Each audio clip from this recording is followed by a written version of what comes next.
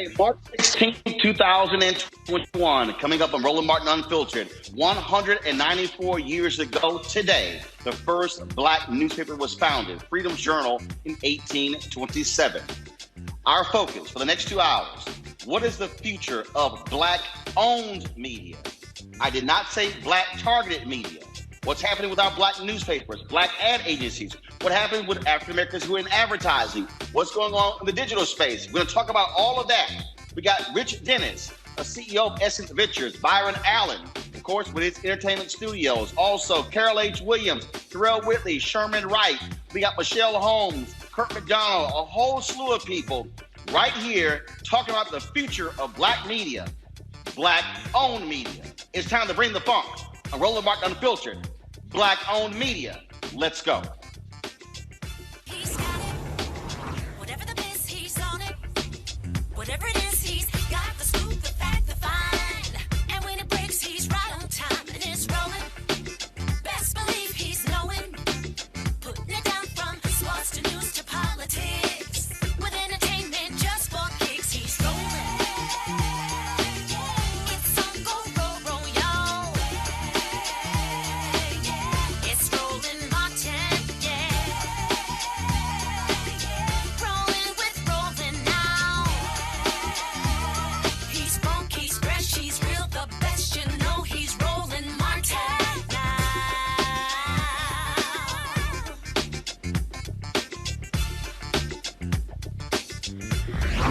Martin.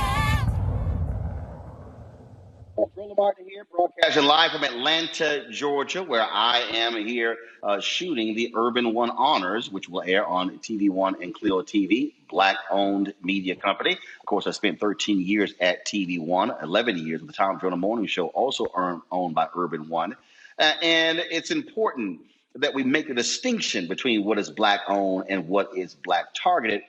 Because when you're black-owned, it's about who is controlling the content, who's controlling the narrative. In this space that we're in, folks, those of us in the black press, live by the mantra that was written in the first editorial on the front page of the nation's first black newspaper, Freedom's Journal, founded on this day, on March 16th, 1827. That's 194 years ago. This is what they wrote. Quote, "We wish to please our own cause. Too long have others spoken for us."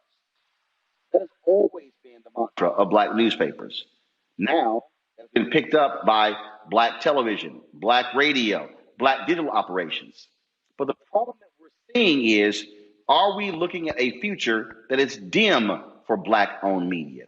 How do we deal with the changing landscape of America becoming a nation majority of people of color, and now all of a sudden, black is hip, black is cool, black means money. But can black people monetize black culture?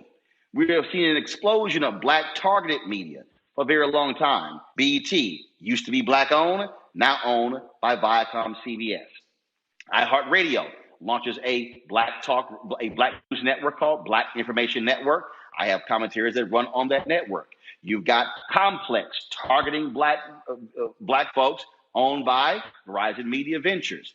Black Voices used to be black owned, now actually used to be what black started, but Black Voices now owned under the banner of Huffington Post, which is now under BuzzFeed. We can go on. The Root, same thing. The Root was black owned, started by Skip Gates, later bought by the Washington Post, later acquired by Univision, later Gizmo Media. Now White Hedge Fund owns that as well. And so there's a lot of black targeted media, but how does that benefit African Americans? And who controls what we covered and what it is we talk about? So we're going to look back and look forward over the next 2 hours. Right now, I want to introduce my first panel. Thomas Aiello, Associate Professor of History and African American Studies, Valdosta State University, the author of The Grapevine of the Black South, the Scott newspaper syndicate in the generation before the Civil Rights Movement. Carrie Greenidge, Mellon Assistant Professor, Department of Studies in Race, Colonialism, and Diaspora, Tufts University, author of Black Radical, The Life and Times of William Monroe Trotter. And Ethan McKaylee, author of The Defender, How the Legendary Black Newspaper Changed America from the Age of the Pullman Porters to the Age of Obama. I have Martin Unfiltered. I'm going to start with you, Ethan, because look, I served as executive editor, general manager of the Chicago Defender. Arguably, and I know in all deference to the Scott family, the Chicago Defender is the most historic black newspaper in American history. And the thing that I've often talked about, and your book lays out, is that Robert Abbott, by owning the Defender, was able not to just counter the narrative of the Chicago Tribune and the white-owned newspapers, but he was able to establish and control the narrative and speak to a black specific agenda because it was black-owned, black-controlled, and black-focused.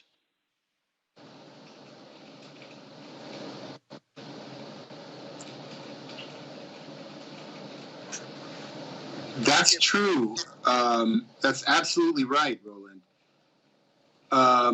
First of all, I want to take the opportunity to give a shout out to Professor Greenidge. Congratulations on the Linton Prize. I was on the judges committee for the Linton Prize, and I of course think that it's a well-deserved honor, and I'm really proud that we were able to give it to you for your excellent book on Monroe Trotter, who is in many ways a contemporary of Robert Abbott's, an African American publisher. Monroe Trotter was in Boston. Robert Abbott was in Chicago.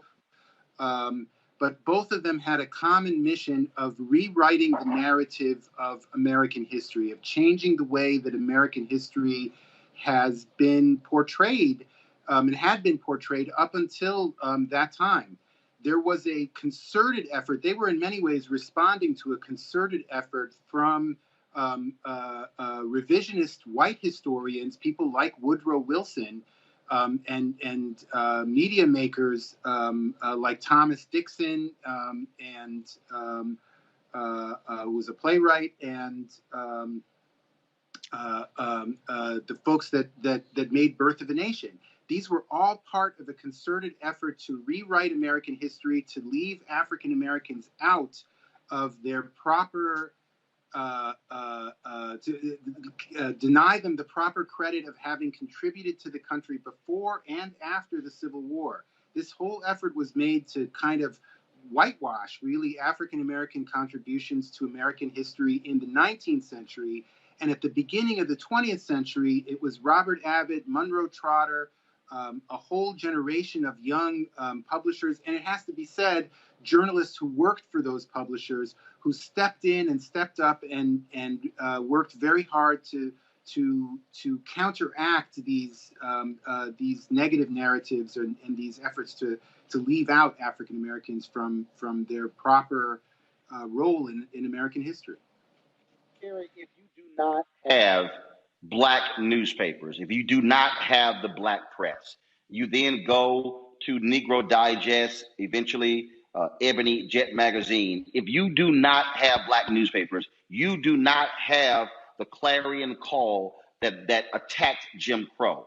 That was the place where black folks were galvanized, black folks were organized, black folks were mobilized. So you cannot separate the role of the black-owned press from the liberation of black people from Jim Crow.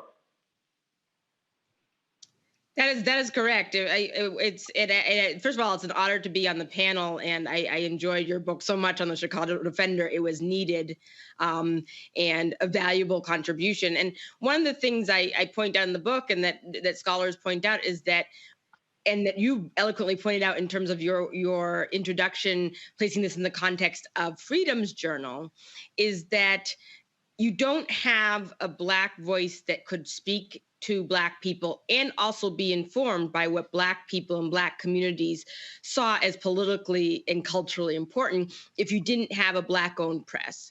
And there were many newspapers at the turn of the century when the Boston Guardian was around and when the Chicago Defender were around, that were works that were supported by white media, so akin to today, but the value was that they were being supported by and written by Black people themselves and owned by Black people themselves. You get a very different texture. So I'm thinking specifically about lynching and the failure of newspapers that were backed by the white press of actually covering lynchings. And it really was not until you had Ida B. Wells and you had the New York Age and you had these newspaper correspondents who were Black who were talking about what actually lynching was, and that lynching was not a matter of rabid African-American men who were out raping white women. It was really a matter of the wholesale political violence against African-American people as a result of Reconstruction. So a Black-owned press is essential to curating and creating and cultivating a Black democracy and also a Black political participation. Thomas, I want to go to you on that particular point there. We talk about, again, the importance of Black-owned papers. They set the tone. They established the standard. They were the ones who were championing these issues. They weren't asking somebody, can we pretty please talk to Black people? Exactly. And and we have to remember that, particularly in the 19th century, Black people in communities, it's a generation that starts to gain literacy after being enslaved for 400 years. It's a community that has its own rhythms and its own politics that were not being reflected in popular media, certainly, but just not being counted even within their community. So it would be possible to live like in New York and live in Brooklyn in 1890 and not have a newspaper that talked about what was going on in the Black community. And so you can't form a political consciousness or a cultural consciousness or have a radical politics if you don't have something that's on the pulse of that community. Thomas? I think that's absolutely right. The Black press, especially at the turn of the century, what we're talking about now, very much has two real functions. I mean, first, it has to make up for all the stories about Black America that aren't being produced in white media, because the vast majority of white media is only talking about the Black population in relation to crime.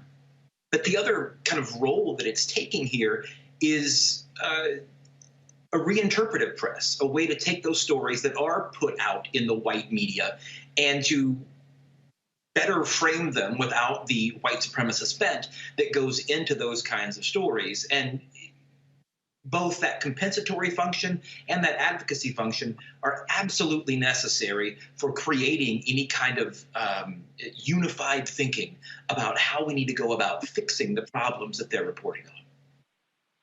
So, with the context, Ethan, of where we are now, what should Black-owned media be taking away, learning today for the future, with the demise of Black-owned media after the Civil Rights Movement?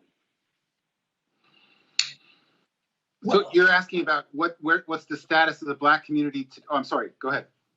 What should Black-owned media be learning today from Black-owned media faltering after the Civil Rights Movement? There were lessons that are repeating themselves. Go ahead, please.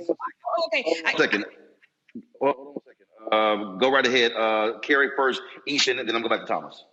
Okay, thank you. And I would say that the biggest thing to learn is that, and I think this is all media at the moment, is that we're lacking a local press, a local voice. So there's Black America, and then there's all these little Black communities that are really at the center of what is going on globally and nationally. And so having this idea that a big media conglomerate can go and purchase, and how you said it, a Black focused media, and kind of just plug in Black people into that, you're not on the pulse of what's actually going on in communities. So that's the first lesson I would say. And the second one is that, making sure that Black money is going and sponsoring the press that Black community is consuming. I'll really just follow up on those points, which were incisive and thoughtful. Chicago's got a great example of very strong African-American produced, owned, and operated digital media. The Tribe in this city has done an incredible job through the pandemic of not just keeping people informed, but directing them to resources. I mean, they are the go-to source today, and I mean today, right now, for going and getting vaccines in Chicago. If you live on the south or the west sides, the Tribe has the information before anybody else where you can get a vaccine and what the best, easiest way to get it is. And there are senior citizens who I know use the Tribe as their only portal online. So it's really kind of an exciting moment in that way, although of course in other ways a sad and a moment of great need, because there's such a devastation in the community, both because of the disease itself and because of the economic devastation because of the necessary closures and restrictions around it. So the Tribe is to my mind an example of exactly the kind of media that is needed right now, and that other communities should be following. The Tribe also needs to follow their own example and make sure that they're building out their base, building out their funding base, making sure that they're getting the support from the community as they grow, and in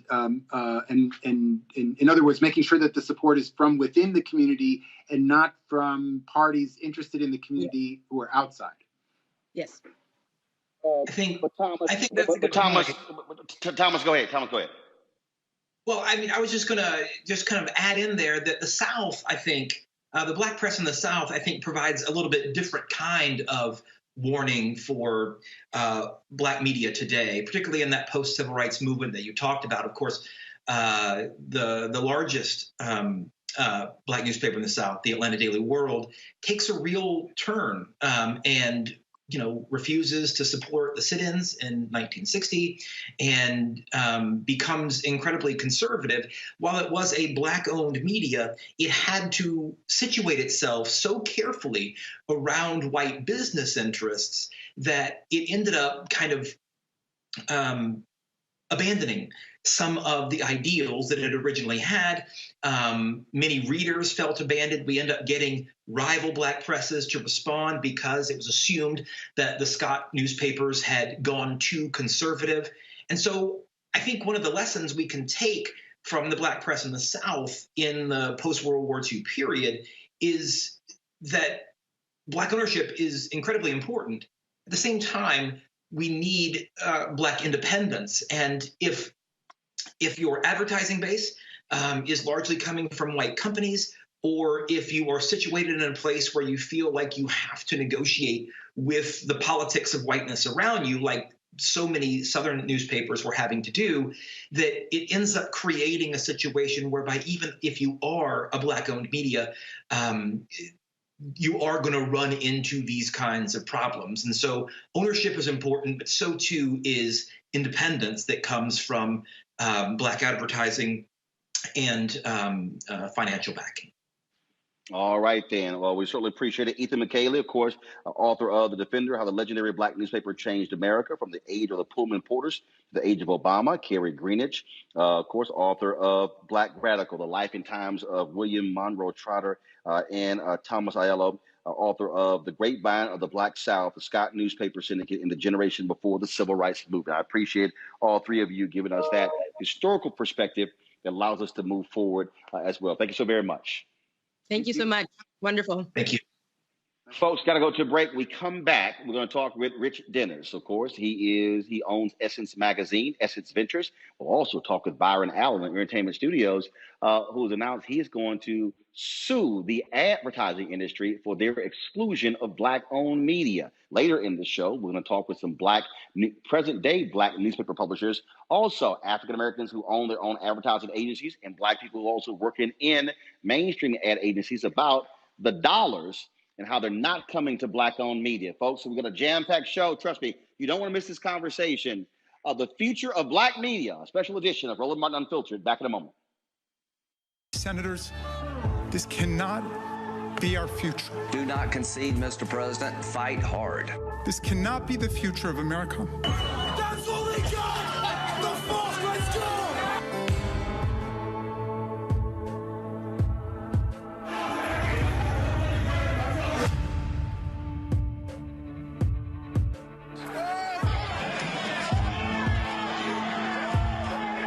American patriots start taking down names and kicking ass. Where the fuck are they?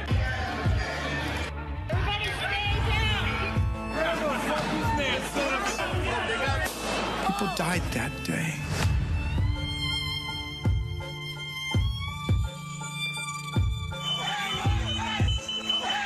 What message will we send the rest of the world? What happened today in Washington, D.C. is not America has stood for some very important things. I think what we've seen in the United States is terribly distressing. Incited by the current president. President Trump. The world is watching and wondering whether we are who we say we are. You were patriots, just like the patriots gathered at Bunker Hill. The election in many ways was stolen. Blessed are the peacemakers, for they shall be called the children of God. And at one point, people started chanting, kill him with his own gun.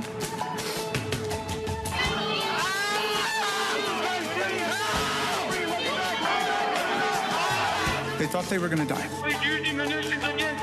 Watching someone use an American flagpole to spear and pummel one of our police officers ruthlessly, mercilessly. We didn't need more witnesses. We needed more senators with spines.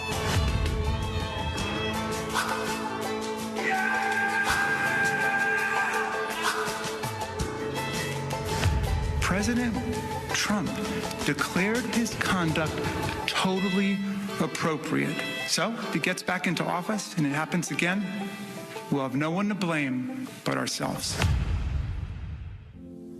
I believe that it's movement time again.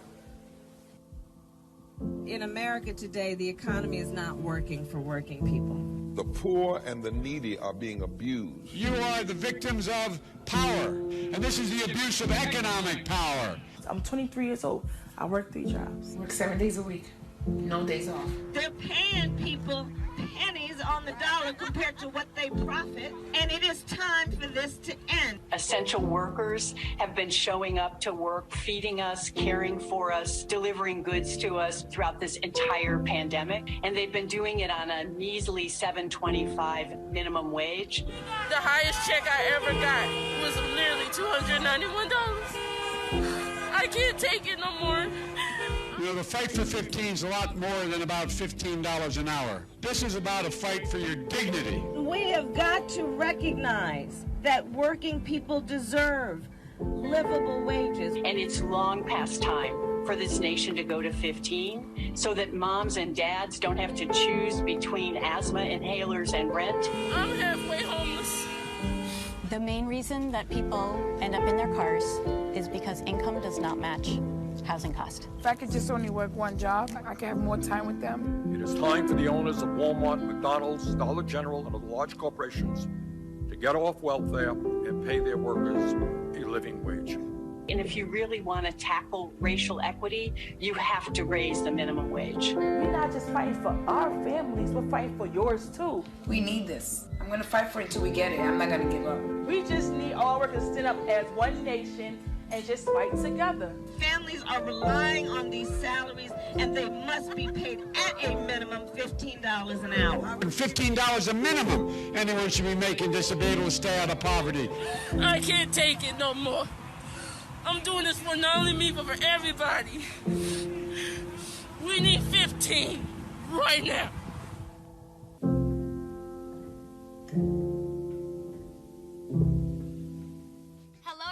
It's Kiara Sheard. Hey, I'm Taj. I'm Coco. And I'm Lily. And we're SWV. What's up, y'all? It's Ryan Destiny, and you're watching Roland Martin Unfiltered.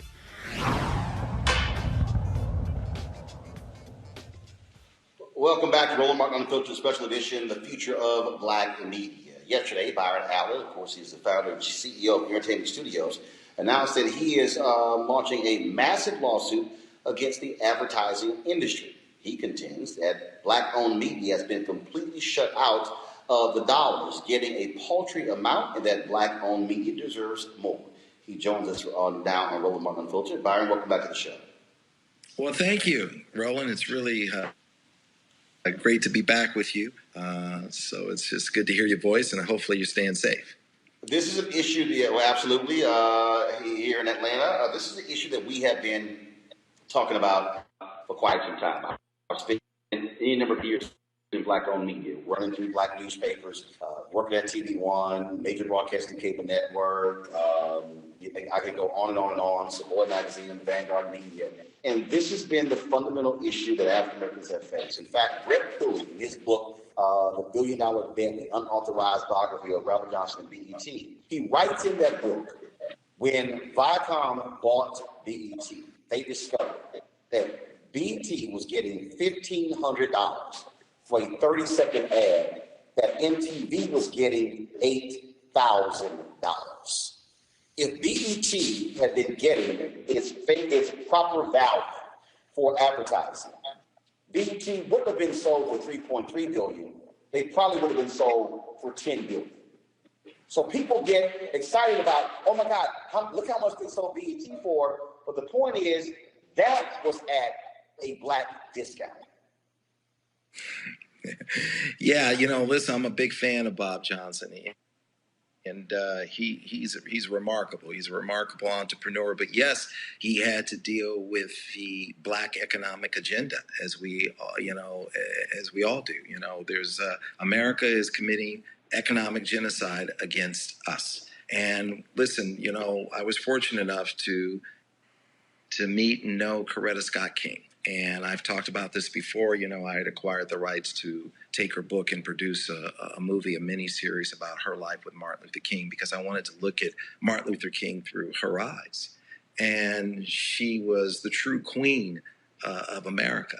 And she said to me, Byron, as black people, we have four major challenges. Number one, end slavery. And number two, end Jim Crow, which I think was more damaging than slavery, because when we were slaves, we were perceived as assets, and they protected us because we were assets. And the moment we became free, we became a liability, and that's when they started the genocide, and they started to murder us and lynch us and incarcerate us. And she said, number three, achieve civil rights. And then she choked up. And she said, and number four, the real reason they killed my Martin, achieve economic inclusion.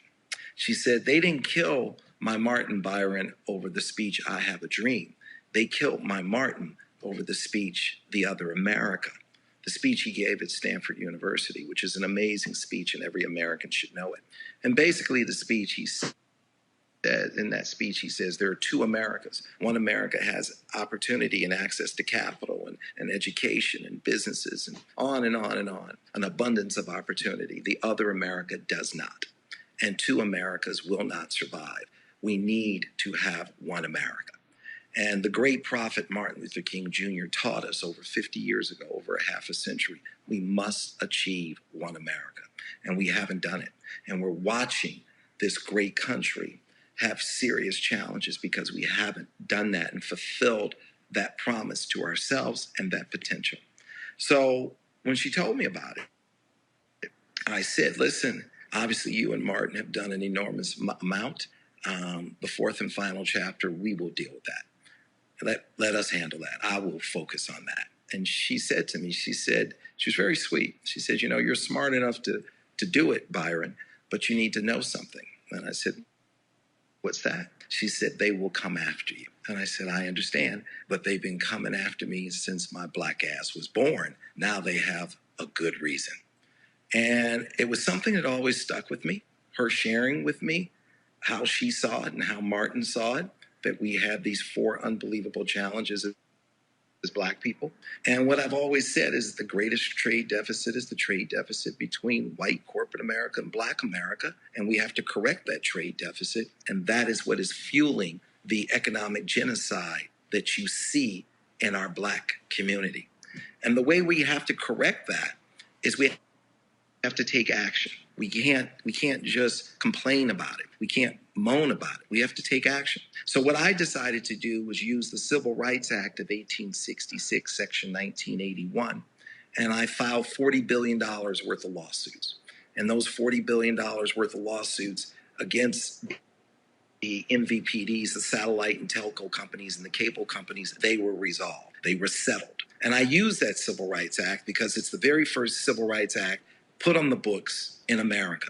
And that Civil Rights Act was put on the books in the year of 1866 to protect the newly freed slaves, to make sure that we had economic inclusion in government contracting and commercial contracting, because they knew there were people out there that would make sure that we were excluded. And for a while it worked shortly after emancipation, and we were very prosperous. And that prosperity is what ignited and created the Jim Crow movement, because they saw how well we were doing, and then that's when they brought in the genocide. So these lawsuits, they work. I'm the first to come along and invest millions of dollars and use them to the tune of $40 billion. And I've told Madison Avenue, I took this last year during this pandemic, and I sat with, on Zoom calls, all of the ad agencies and their holding companies and a lot of the corporations. And I said, listen, you guys spend about $170 billion a year advertising, $170 billion a year. And Black people get close to zero. And that doesn't work. And we have to bring some economic reciprocity to this equation. And we have to close this trade deficit between white corporate America and Black America. So we, as Black people, have every right to ask for 14% of your budget to go to Black-owned media, not targeted, Black-owned. But I'm not asking for economic parity today. Today, I'm just asking for economic inclusion, a minimum. And I do want you to hear the word, a minimum of 2% to go to Black-owned media. I need an ocean of capital to the tune of $3.4 billion to come into our communities so we can fuel and we can fund Black-owned media, because that capital will start to create thousands and thousands of Bob Johnsons and Byron Allens or whoever, because now you've positioned Black America to succeed. And right now, Black America is positioned to fail as it relates to Black-owned media. And you can count on one hand Black-owned media.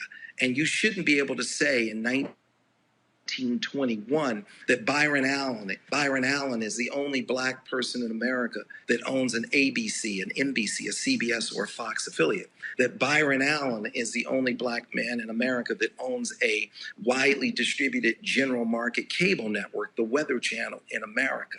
I happen to have one of the largest privately held media companies in the world, Black or white. But that shouldn't be the case. I shouldn't be the one and only in 2021. And so I know what I went through to get here, and I know it would be very challenging for anyone to follow in my footsteps. I'm trying to make sure it's infinitely easier for our people to achieve this level of success, because I can tell you by design, it is created to make sure that we are excluded.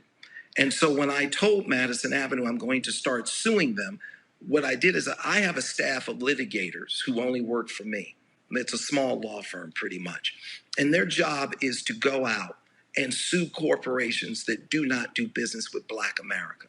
This is what I told Coretta Scott King that we would deal with. Our people, this generation, will deal with the fourth and final chapter. We will make sure that we achieve economic inclusion. And the best way to do that is through litigation. Because for white corporate America, litigation is kryptonite. That makes them crumble. When they're looking down the barrel of a $20 billion lawsuit, they get real religious.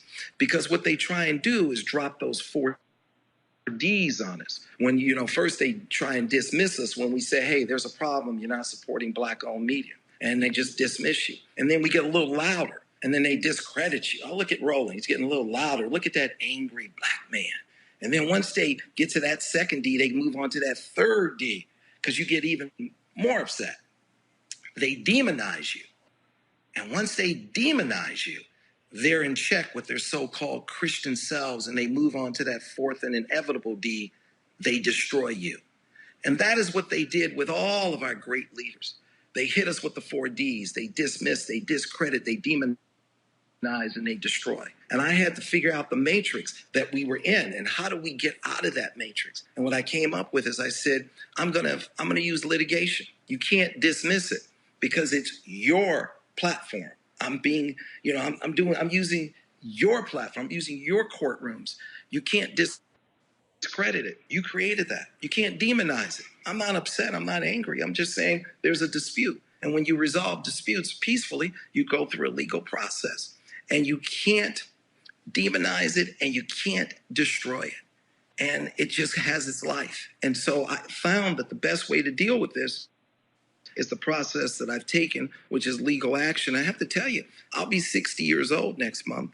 And the only thing I regret is not doing this 20 or 30 years ago, because it stops the analysis, the paralysis. It stops with what I find with white corporate America and institutionalized racism in white corporate America is that when it comes time to do business with Black America, they get amnesia, they get confused, they don't know what we're talking about, they don't know how to figure it out, they don't know who you are. Go for it. In fact, Byron, when you talk about doing business with Black America, which is one of the points that I keep making as well, you don't do business with one. We often see in other sectors, like, okay, you know what, we'll deal with one, when in reality, we're talking about a collective. I had someone who once said, you know, it's really lonely at the top. And the sister said, well, that's your fault because you didn't bring anybody else with you. What is happening now is that these industries said, okay, you know what? I'm not picking on BET, but it was like, okay, there's BET, okay, we'll support BET. And you go, but wait a minute. Yeah. It's not just BET. There are other networks. There are digital properties. There are newspapers. That's right. Radio. That's right. So it's not just one. And so what they do is they want us fighting amongst ourselves. Then they want us fight with Latinos. Well, they're sitting over there with 95% of annual, $150 billion being spent every year. And what I've said is, look, this is a problem in the Asian community, the Hispanic community, with women and with gays. But my lawyers have said, well, Byron, you know, you're not gay, you're not Asian, you're not Latino, you're not a woman. You don't have standing. You're Black, and you can only speak as a Black person. But what I would say to all my brothers and sisters in all communities, that you too should be holding the system accountable. And what I've also said, it's important for Black people to understand you're Black, you're Negro, you're colored, whatever decade you want to go to. But whatever you do, don't ever get labeled a minority. Because minority is not defined as you. Minority is defined as white women. And the money that they spend with white women, they will say, look at my minority record. I'm amazing with minorities. Yeah. Well, that's precisely why when we're meeting with the companies, I'm Vice President Digital for the National Association of Black Journalists. I said, I'm here for the B in NABJ, Black people. That's who I'm here for. That's right. I said, now, y'all can go meet with other groups, and for Black people, just a couple of more questions, because I'm going to go to Rich Dennis next, with Essence Ventures. I love Rich. Rich is my brother. I love Rich. Rich is amazing. So, one of these ad agencies just announced they're having this equity up front. And we saw it. My team responded by saying, well, who the hell did y'all invite? Because we certainly didn't get an invitation. But here's the thing. The reason they're having this is because they don't invite us to the upfront where they spend most of the money. So here's what happened. Here's what happened. So I got on the phone, the Zoom call, and I called everybody up, and I said, you know, when I sued one of the big corporations, one of the big media companies, one of the big cable operators for $20 billion, the chairman said to me, Byron, after we settled everything, he said, I got to tell you something. I was really hurt and disappointed that I read about this $20 billion lawsuit in the Wall Street Journal and everywhere in New York Times. He goes, I wish you had called me before you had taken this legal action. And I said, you know what? Next time I'm going to do that. So what I did is I took the last year to call everybody and said, I'm being gracious here, but I want you to know you're in violation of this Civil Rights Act, and I'm going to hold you accountable. There's no scenario in which you can spend $170 billion and a Roland Martin, $170 billion a year and a Roland Martin and others like him are struggling. You're going to put money in our economy the way we put money in your economy. So out of those conversations, IPG decided to have this black up front. I called our good brother Todd Brown, who we both love, and I made sure that you were on the list and you were invited. That was nothing more than you just fell between the cracks. But I can assure you, my brother, you are invited. One of the big reasons why I'm doing it is because of folks just like you. So you are front row. You don't need to worry about that. And a lot of others just like you and I. So this problem will be corrected. I'm just the first Negro to come along in 400 years to invest millions of dollars of my own money and go all the way to the Supreme Court to deal with it. And I didn't even break sweat after 6 years and tens of millions of dollars. And they looked at me and they just said, this guy is not going to let up. They're right. I'm trained to go a million rounds, and I will not even huff or puff. There's nothing more important than correcting the trade deficit between white corporate America and black America. And it's not just in advertising. We're going to do this throughout the entire ecosystem. This is how we're going to truly get our people out of chains, out of bondage. Because right now, black America is still on a plantation. It's just a sophisticated plantation with minimum wages where you can barely keep your nose above water, where we are positioned to fail. They kill us in the schoolroom to make sure we don't get a proper education. They kill us in the boardroom to make sure we don't get proper economic inclusion. They kill us in the courtroom by making sure we're getting 30% longer sentences than our white counterparts committing the same crime long before they choke us to death in the streets. The war is in the schoolroom to make sure we're properly educated. The war is in the boardroom to make sure we have true economic inclusion. And the war is in the courtroom to make sure we have real justice. Not only justice in the legal sense and criminal justice, but also economic inclusion. And we're using justice to make sure we get our seat at the table. And we have a seat at the table. And black owned is everything. And I had a white guy ask me a great question. He said to me, why is black owned important and not targeted? And I said, because you have a daughter. My daughter was just born. And I said, your daughter is white. My daughter is black. Let me ask you something. Can I control your daughter's image and how she's produced and how she's depicted and how the world sees her? And can I control her self-esteem? Are you comfortable with that? Are you okay with that? He said, no. I said, why do you think I would feel any differently about you as it relates to my beautiful black daughter? And now that my beautiful black daughter is here, I'm not asking for a seat at the table. I'm taking one. So scoot over. And that's what's happening. Well, I'm basically telling white corporate America, scoot over. That's what's happening. And we're going to stay on top of this and keep covering this and put that pressure on about Byron Allen. I certainly appreciate it. Thanks a lot. I appreciate you. Thanks a lot. Folks, in a moment, we're going to pull up a Rich Dennis. Y'all let me know when we have Rich Dennis, of course, the CEO of Essence Ventures on. Just so y'all understand, y'all heard Byron talk about upfronts. We mentioned that. So here's what happens in television business. The advertising agencies, what they do is, and we're going to be talking to some African Americans in advertising and also some black-owned agencies a little bit later in the second hour of the show. What they do is they have this thing called upfronts, where networks come in, talk about their products, and essentially what they do is sign ad deals right then. That's where most of the dollars are allocated during the upfronts. Very rarely is black media invited to the upfront. If you're on BT, you're TV One, you get in the door. But pretty much, if you're not, you're frozen out. You're frozen out. And so understand this industry doesn't survive. You can't have a media property. You can, but you pretty much, it survives on advertising. That's what it requires. It requires the advertising dollars. That's what fuels media. That's what fuels Disney and ABC and CBS and NBC and the New York Times and the Wall Street Journal, Chicago Tribune. But who fuels the ad agencies? The companies. And we're going to talk about this later because here's what happens. The companies, they go, no, it's not us. It's the ad agencies. And the ad agencies go, no, it's not us. It's the companies. So then you're left with, well, who the hell is it? Who do we talk to?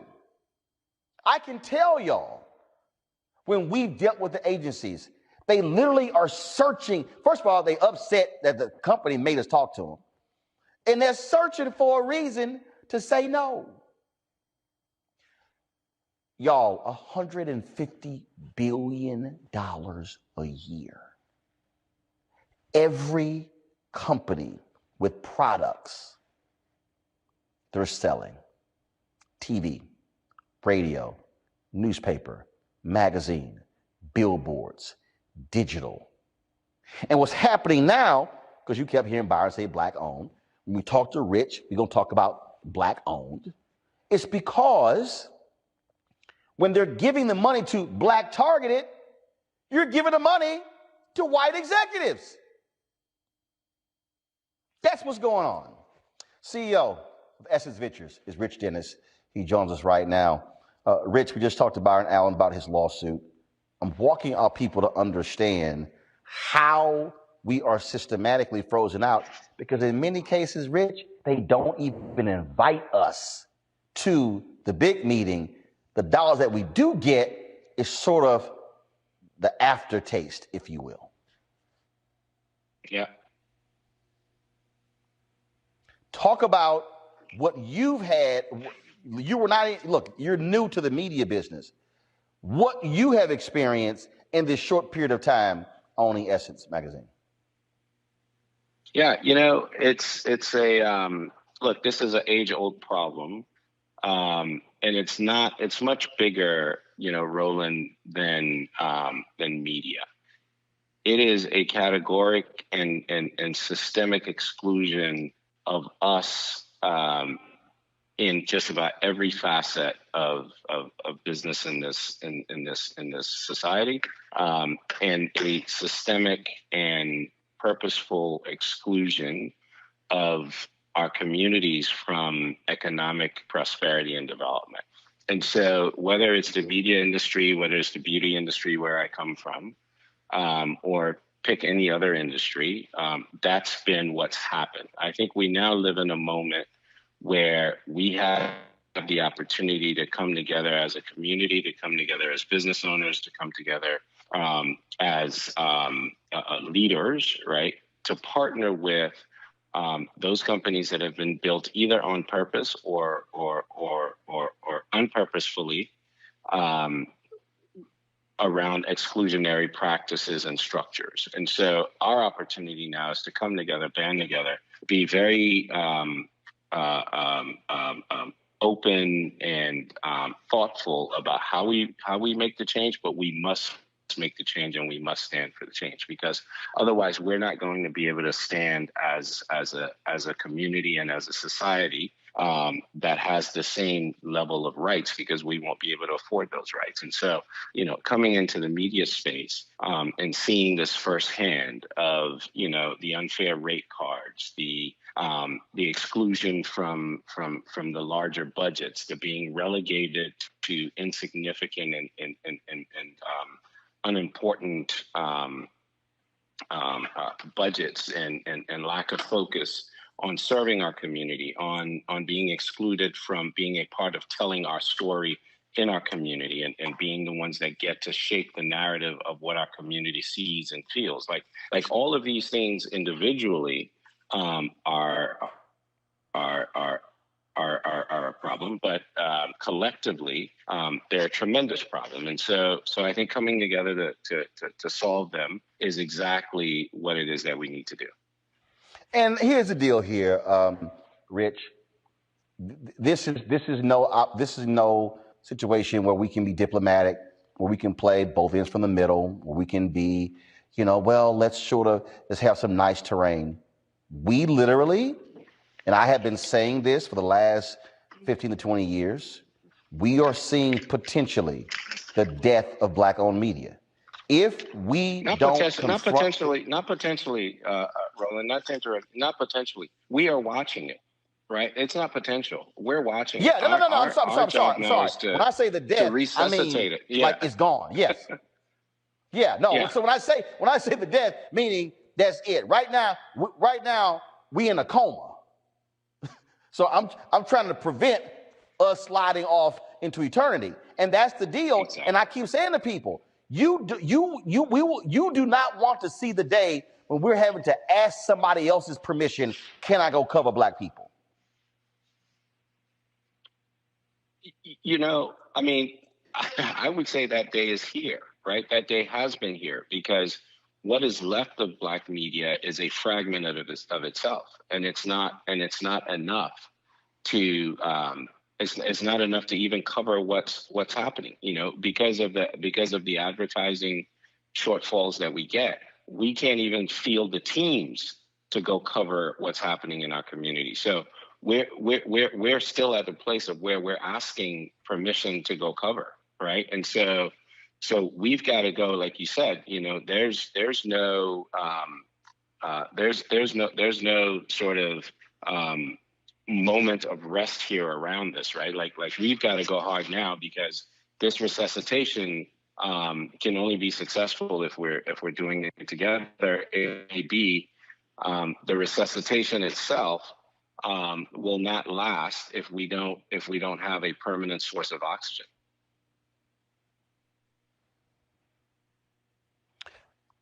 The issue that we're also facing, and this is where, and you and I talked about this, Rich, also has to happen. That is, black-owned media can't be in silos. Because the reality is, when you go to war, you got to go to war with troops. And the bottom line is, this is impacting all of us. And if we do not look at this as a collective, then we know what their game plan is. Let's pick off one or two and then send out press releases, say, hey, here's what we did, and celebrate. No, we have to, as they said in the movie One Night in Miami, I don't want the damn crumbs, I want the whole damn recipe. Yeah. Yep. I mean, you're 100% correct. And right now, we've been playing for crumbs, right? And so coming together, we want the recipe for the pie, and we want to bake the pie, and we want to be the ones that are sharing the pie too. Absolutely. Rich Dennis, Essence Ventures, we certainly appreciate it. There will not be Essence in New Orleans this year, so you're having, again, the virtual Essence Festival, correct? Correct. We're gonna do it as a hybrid. So there will be some activities that will happen in New Orleans, but they will be sort of much smaller scale, safer. I shouldn't say safer, safe, COVID safe. And then we look forward to 2022, where we can get back to celebrating Black culture in the way that it truly.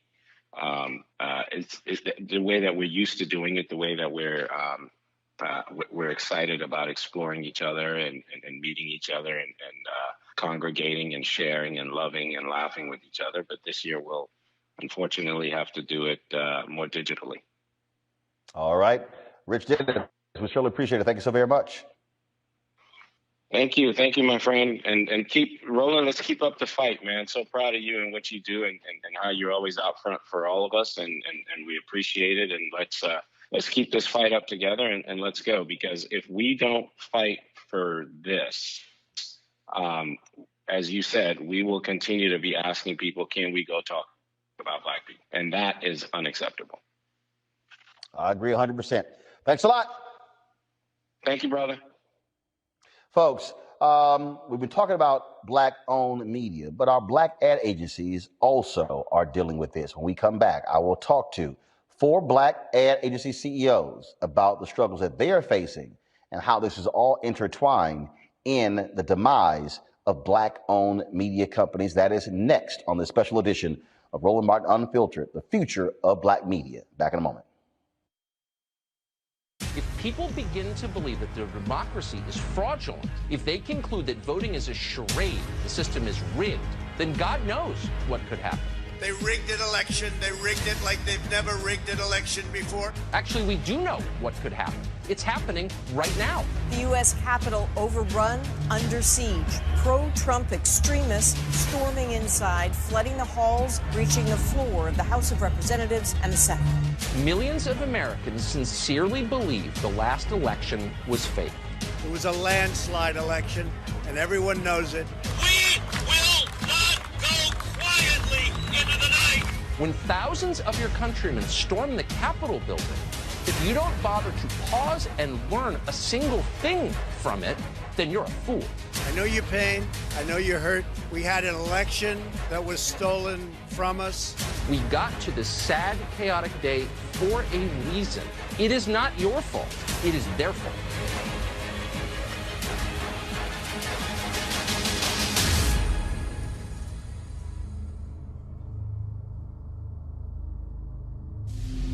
Donald Trump is not done dividing America. He's come out of hiding to find his old friend, the spotlight. On Sunday, he took the stage at the Conservative Political Action Conference in Orlando, Florida, where he lobbed insults, spread conspiracies, and lied. Immediately, this election was rigged. And the same things he's done for 4 years, with no concern for the destruction he leaves behind. He'll get the attention he craves. After all, even condemning him feeds his insatiable need to be seen. Which is why it's more important than ever to remind ourselves that in November, one thing became clear. America is not Donald Trump. America is the people whose names you may never hear, whose only fame will be among those whose lives they touch, but who are the best of America, all the same. They're doctors, nurses, healthcare workers, the people working tirelessly to get every American vaccinated against COVID-19. They're the disaster relief workers and first responders, holding up their Texas neighbors during the harshest winter the state has ever seen. They're the people who show up, lend a hand, and give a damn when their fellow Americans are in need. Remember them. The lives they lead are the best proof that Trump is a liar. Because America's greatness comes from us, not him. The Lincoln Project is responsible for the content of this advertising. What's up, y'all? I'm Will Packer. Hello, I'm Bishop T.D.J. What up, Lana Well, and you are watching Roland Martin Unfiltered.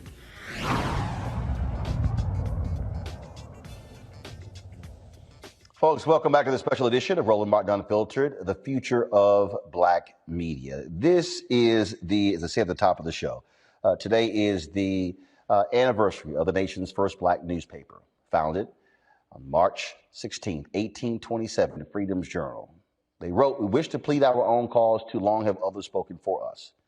But the reality is, you can't have a successful black-owned media company if you don't have the ad dollars. You got to have capacity. You got to be able to build and grow. Why was the Chicago Defender, the Pittsburgh Courier, the Atlanta Daily World, why were they so powerful in the 1930s, 40s, and 50s? It's because African Americans were reading them. They were paying that subscription. They had hundreds of thousands of readers. Civil rights movement, Jim Crow ends, black folks start getting hired in mainstream publications. Black media began to lose its relevance. Also, not getting the dollars. We were benefited, though, with black ad agencies. Because when black ad agencies came along, you had Ebony and Jet, and you had Black Enterprise, and you had Essence, and you had these black papers. And so all of a sudden, there were black advertising agencies that were placing ads. There was a relationship, a conduit between black-owned media and black ad agencies. Go through the 70s and 80s and 90s, multicultural. And so black ad agencies were getting the multicultural dollars. But as the demographics began to change, multicultural dollars became mainstream. And what did white agencies do? They sucked up the multicultural dollars, trying to choke off those black ad agencies. So just like black-owned media, Our media outlets have been fighting for survival. So are our black ad agencies. Fully capable of placing ads, fully capable of running political campaigns, fully capable of doing creative work on advertising, whether they're trying to reach black people or not. The question is, how do they also survive in this changing world? We have four of them with us right now. First and foremost is Carol H. Williams. Carol H. Williams Advertising. She's the Hall of Fame advertiser. Y'all heard strong enough for a man, made for a woman. That's secret. Well, that's the woman who came up with that slogan. I'm glad to have her on the panel. We have Sherman Wright, co-founder, managing partner, 1035, my alpha brother, who plays at Texas A&M. Glad to have him. Clifford Franklin, the CEO of Fuse Advertising. Yes, we do allow Kappas on my show, Scott Bolton. And Terrell Whitley, CEO, founder, Liquid Soul Media, a fellow alpha brother. Glad to have you here, representing Florida A&M as well. Also, all four of you, y'all been listening to the conversation. So I'm just going to pose it this way, and I'm going to start this way. Carol, I'll go with you first. When you hear the question, what is the future of black media, what's your response? Well, that's a hard question to answer because our future hasn't been realized yet. It's on a rough path, but I think we're powerful enough and strong enough to determine the future of black media. I think what's going on here is recognizing that some real truths and the multiple impacts and implications of what's going on in these environment with our situation, recognizing that the system is systemically flawed. And if we want to make sure that the path of black media is a positive one and ensured, we have to come together as an industry and a community and lay the strategic platforms that accomplish that. We just can't leave this up to mass market or diverse agencies, because the fight is not about you personally. It's about who's going to get those dollars.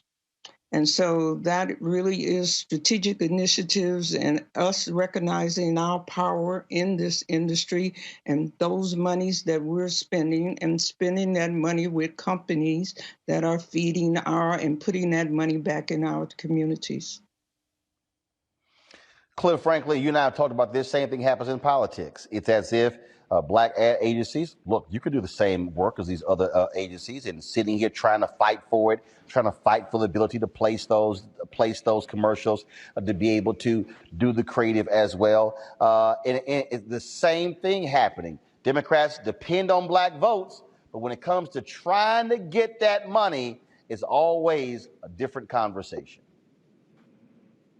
Well, it is, Roland. First and foremost, thanks again, brother, for keeping up the fight.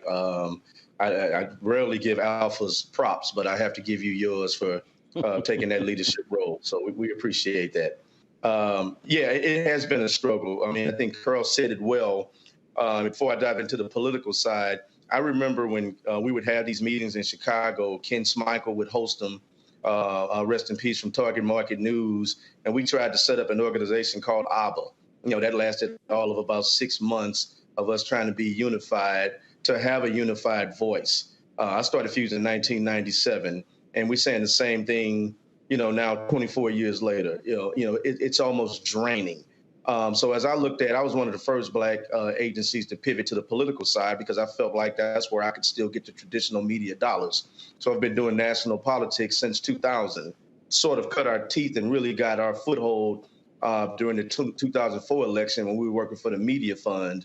And that was the first time it was Harold Ickes that said, hey, man, I'm going to carve you out a budget and do what you do, and sort of let us go. And I do credit, Axelrod and Larry Grisolano on the Obama campaign in 2008. It wasn't nearly enough of what I should have had from a budget standpoint, but they did give me a carve out where I could take care of black-owned media. Roland, as you know, when I get a budget, I spend it with black folks. I don't ask for rates. I don't ask for any of that stuff. We just work out a deal because that's how I've always operated. But unfortunately, the general market agencies always find an angle and they always find a way to carve out our dollars. Once they saw that people were going to start paying attention to black voters, all of a sudden the same agencies now either carve out some black folks to now have their own little independent agency under them, or they take our dollars. So now we're fighting all over again, same way. Look at the DNC. Look how much money comes from the Democratic National Committee, the DCCC, the DSCC, the DGA, the Democratic Attorney General's Association. Nearly $500 million out of all of those groups, not including the PACs. And it's peanuts on the dollars of what black folks actually control. So it's the same thing, Roland. And Carl is right. We got to unify now. And again, we appreciate the leadership that you're doing. Terrell, look, a black-owned ad agency is an ad agency. Depending upon what you want to do, marketing, creative, the placement of ads. What black folks are simply saying is, hey, let our skill set shine through, but don't sit here and hold back and give us 20 cents on the dollar. Don't sit here and don't allow us to be able to compete for the business, not be able to build capacity. Look, a black-owned ad agency wants to be as big as Omnicom and Mediacom and WPP and all of these different agencies.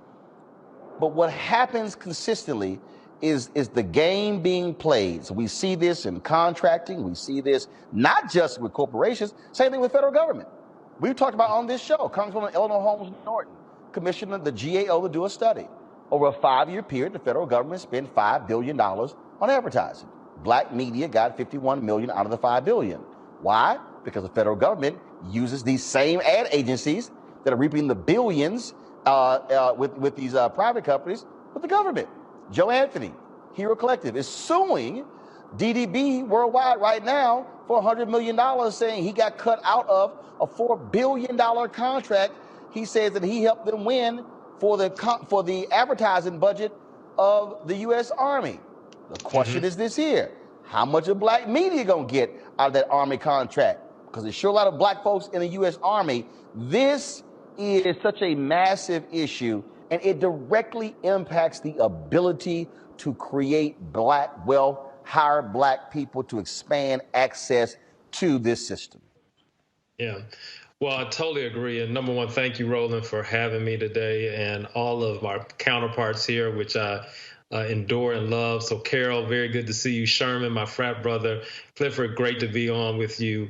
And you even had great folks like Byron Allen, who I call a friend, a great friend, and I'm glad to see him, as well as Rich Lou Dennis. So thank you, Roland, for putting together this platform. You know, the issue is extremely systemic, and it's interesting how we over-index in so many categories, whether it's entertainment, whether it's travel, whether it's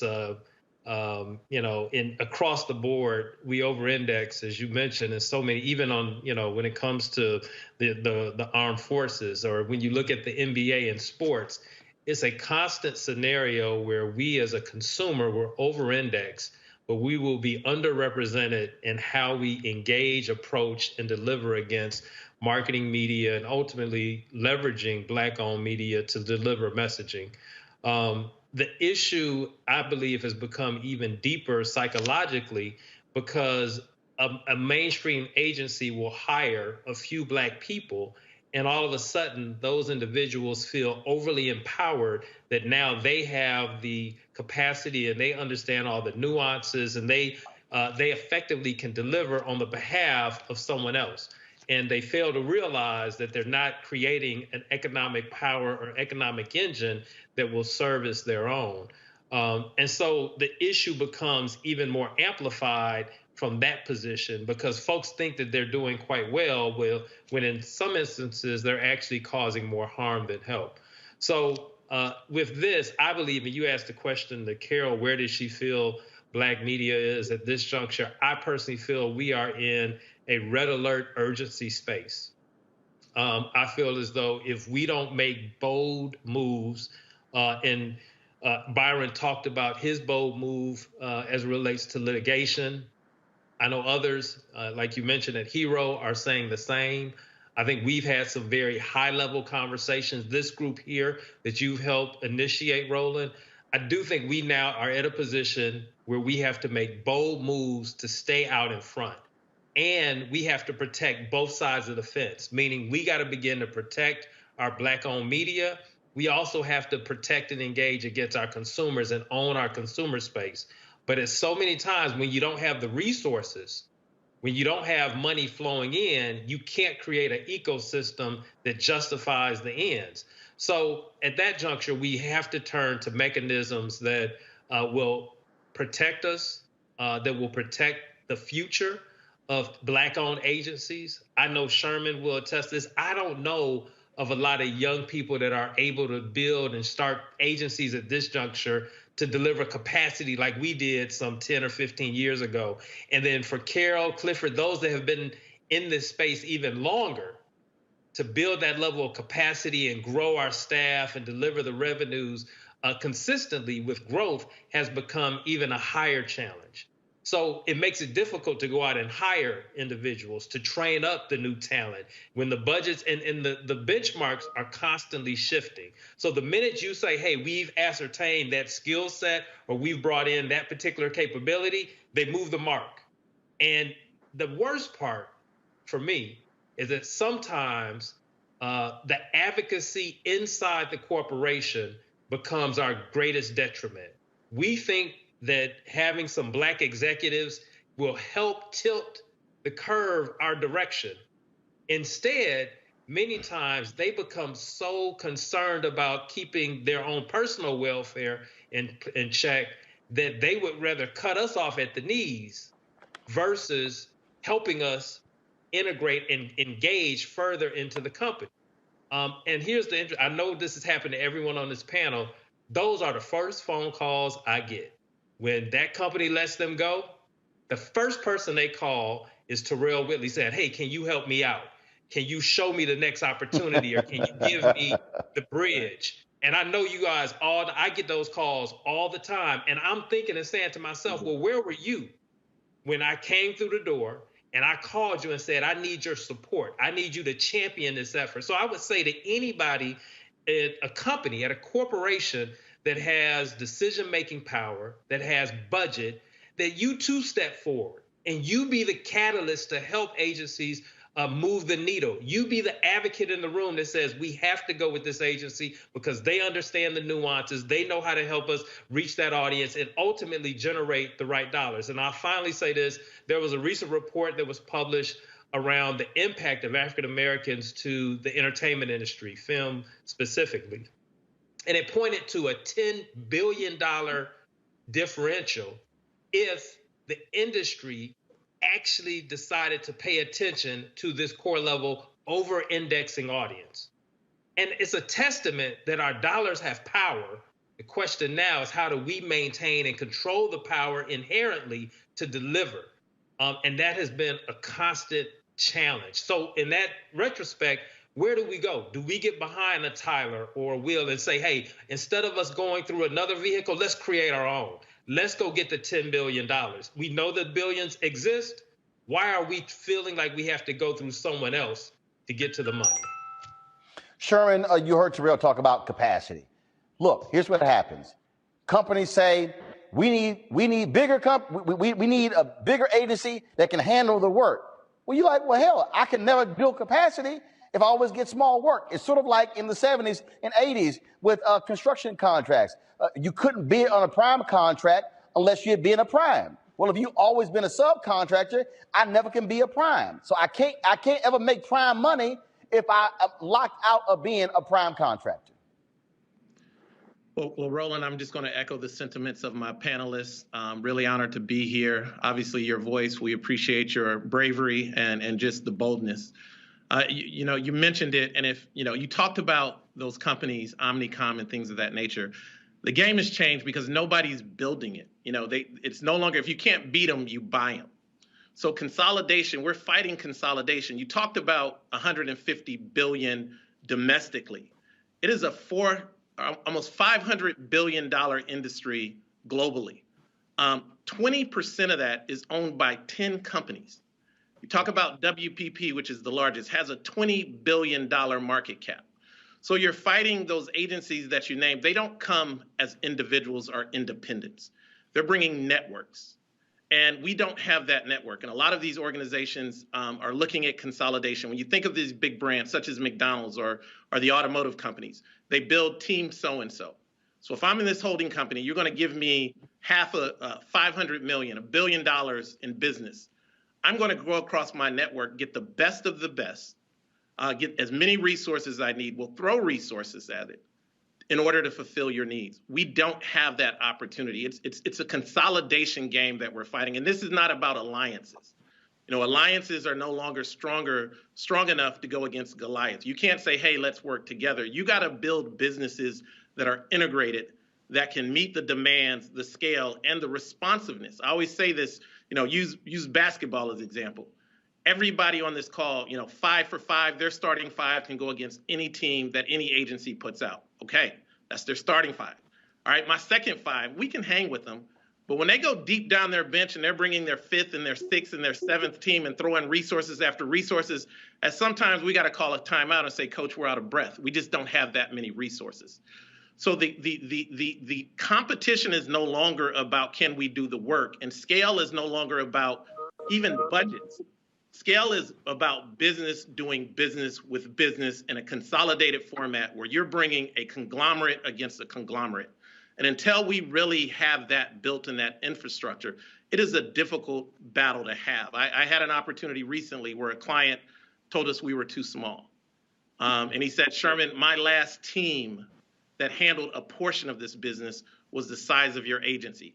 I have a relationship with this organization that throws resources, invest in resources.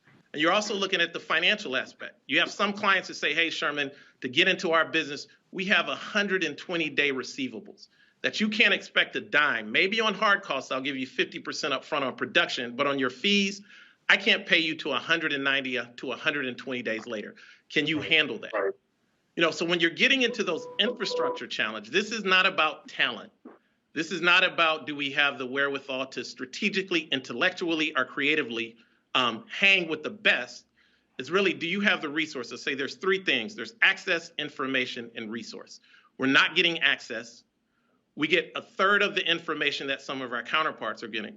And we don't have the deep financial bench and wherewithal to really wait it out. You know, Byron brought up a great point. He said, I threw tens of millions on this lawsuit and I wouldn't go away. What happens is individuals outspend you or they out-resource you where you just have to tap out. So I think we have to look at it through a different lens because we're not fighting the pound for pound. We're going against networks where it's individual agencies fighting conglomerates. And unfortunately, David doesn't win with this route. Carol, the thing here is, again, what we're talking about is whether or not here we are, black people, tastemakers, trendsetters. The story came out the other day, black influencers making far less money than white influencers. Black influencers creating these dance crazies on TikTok, and then all of a sudden somebody white does it and they're getting 6, 8, 10 times more money. That is dealing with the black tax. This is a society that values whiteness over the competency of black folks. And this is where I think we have no choice but to stop asking permission, and we have to be aggressive in demanding change. And so whether it's a lawsuit, whether it's applying public pressure, calling folks out, challenging companies to say, don't just put up your Black Lives Matter statement on social media, practice Black Lives Matter in how you do business. You know, that's absolutely right. But, you know, we have to look at the fact that we're not living through extraordinary times. These times have been with us since the beginning. We've seen all of this before. It evolves, the language evolves, but it's all the same thing. From our work, we see recurring things. They're ongoing, they're recurring, that matter more, or with the difference inflections to African Americans They have to do with a distinct set of experiences that we have as a culture, as individuals, and manifest in important ways stemming from living in a systemically radicalized society that continuously denies the existence of overt racism. You can call it overt racism, but it really is so built into our system that what is common, they've commonized the common. They have what people don't even recognize what they're doing as racist any longer. Here are some of the hard truths. Each has multiple implications on its own, and interaction in our interactions with others. It is expensive to be Black in America. Our success as individuals and families is less secure than our counterparts. And that insecurity forces these internal cultures, Blacks, in internal corporate situations to make decisions that are not to our best interests as a community. The recognition that these companies see us as money, but don't see the value of us as a community. Our success, our radar, our sonar inside, and now all of us, all of these guys here who I know, who I respect, who we've worked on many different things. We've been competitors and we've been friends and supporters, have learned a lot about the difficulty of even getting in competitive positions, to be fighting against these one little squares. When I say that our radar and our sonar is more finely tuned, it's hypersensitized. It's social and cultural signals across universal dimensions like status, certainty, autonomy, relatedness, fairness. The stakes of our choices are always higher. And culture and ethnicity are a shaping force in our lives. We recognize that. We have to deal with that.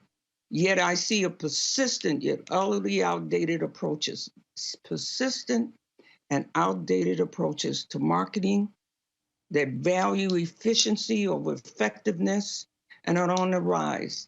I think one of the biggest things that I recognize is what was being said a minute ago about I think it's what Clifford was saying. It's the games that are being played and not being distracted by those irrelevancies. They're not talking about us being smaller. They're talking about them getting the money. They're not talking about us being having less resources. They're talking about they are getting the money. That's where our strategic platforms have to be developed and taking place, because we always get distracted a lot of times with this narrative over here and the narrative over there, and it becomes the shaping forces in our lives as entrepreneurs. But the narrative is always, where is that dollar going and who is going to get it? And we need to really put this out there so we can bring in more of our consumers, our supporters, right? Because they're not going to give us those dollars if our consumers continue to buy those products. Of course, when I go to a focus group, I see, would you rather see an all-Black commercial or a commercial that's highly integrated? And our consumers say, we'd rather see a more integrated commercial. That may be politically right, but it certainly doesn't do anything to help your community. Well, speaking of that, Cliff, look, we've experienced this in so many ways. When you hear the certain things being stated, Terrell talked about you got to deal with some Black folks on this as well in terms of how they operate. And look, one of the things that we got to just learn how to call some folks out. I had some Black folks, Black organizations came out of their mouths. Well, there are no Black ad agencies that can handle the capacity. I said, what? And I literally sent them all of y'all numbers, your cell phones and your emails. I said, don't ever say that crap again. I said, you sound like a white executive saying black folks don't have the capacity. I said, if you as a black organization, if you won't hire a black ad agency, how in the hell are you going to make an argument for somebody else to? Yeah. Roland, that's exactly right. And you and I talked about it. I mean, it's insulting and it's shameful. When you think about the capacity just on this panel, everybody on this panel can get down with any agency in the country. When I think about the fact that I took a stand years ago when I stopped going to the 4A's conferences, and I never ended my work into those the Negro award shows. I've always ended my creative work into the mainstream award shows. I've won my share of best of shows, one show pencils, communication art awards, because I refused to be marginalized. And I was blackballed for that. And I know that I was blackballed for that. Maybe it wasn't the best fiscal decision for my organization at the time, but I did so. But then you look up and somebody has the nerve to be able to question how we can produce work. It's an insult when you look at the majority of the work produced by Madison Avenue is mediocre at best. And then when they do try to make a veiled attempt at trying to do something relevant, I mean, they got to go and get a Jay-Z or somebody, I mean, they're going to have to dial it up as best they can with a celebrity. But most of the work couldn't touch the work that we do on this panel. But that's something that we have to deal with. But if you look at it from political campaigns, how many black campaign managers do you see in any governor's races, senatorial races, presidential races? I think the last time we've had a black campaign manager, it may have been Donna Brazile with Al Gore. How many black folks do you see controlling the budgets of any of these political campaigns? They'll go get a black person that'll be over black media and they'll do faith-based outreach. But when it comes to actually somebody controlling the dollars, it's always somebody white. But we got to get to the point where we take a stand. Don't send your work into these ad color and mosaic award shows and all that and give them political coverage that you're doing something for black folks. Stop supporting them. That's what I did years ago. I stopped supporting them. Black folks want to do something, I'll support that. I'm not supporting the mainstream stuff because I know that it's been racist and then I know that they're going to marginalize us. We collectively have to take a stand. We're at a point now where it's DEFCON 2, might be DEFCON 1 when it comes to black agencies. I'm one of the few who I'm in a unique position. I have an ad agency and I have GFN TV. So I got the ad side that I deal with, and I got the side where I'm trying to get ad dollars, what Byron talks about. I've pitched all the major agencies, and of course they want to go through all of their metrics of why the platform is too small. Well, was Quibi too small? I can't remember the number, Roland. You may know the number, 500 million or whatever they spent on Quibi before it even launched. And they raised almost $2 billion. Raised $2 billion, and then the ad dollars committed pre-launch was incredible. So you're gonna they don't have any metrics, but Roland and I have to have metrics in order to get an ad buy. I mean, it's an insult. And, part of it, though, is we have to stop begging for dollars. I think even from a platform standpoint, we got to figure out how to aggregate our numbers into some newly formed multi-channel network or something so that we can remove the excuses and say, we've aggregated the numbers. Now what's your excuse? We do have 20 million viewers. Now give us this amount. We have to just figure out something. And as Terrell said, as well as everybody else, we got to make some bold moves now, and we got to start swinging from the shoulder. I don't think we have a choice. Final comment, Terrell Sherman. Terrell, you first. One of the things that I think is real critical, and we've all said it, is how do we connect and collect ourselves? Roland, I would say this. If you said, Terrell, give me some solution, where do we go? What we did, you and a group of us recently, which is we said, listen, we're going to go to the largest spender that we know, the largest ad spender, which is the federal government. And we got to say to the federal government that you guys you've allowed roadblocks to come up for walls to be built to keep us from playing. And if we can produce legislation, if we can get on the Hill and provide information all the way down to, if we have to, really petition them to say, hey, we need to not only have a carve out, but even if these four agencies right here said, we're going to come together to be prime on one, if you just said the Army, prime on the Army, that alone would give us a major bump, all of us, collectively, right? And they know across all of the different agencies, they've been marginalizing us and keeping us outside of the front door for the longest. So the key is, where can we provide a very targeted, specific impact that says, and can we really gate it? Because you know this, and I know this too, the minute we go to a corporation, the minute that leadership changes, well, a lot of the other policies and a lot of other expectations change. And whereas Black Lives Matter mattered to people a year or two ago, it may not matter in a year or two from now because of leadership changes. But if we can institute things through legislation and impact against the government, I think that there's opportunity there for us to not only have a baseline and a floor to build from, but something relatively sustainable. Right now, we're missing that. Final comment, Sherman.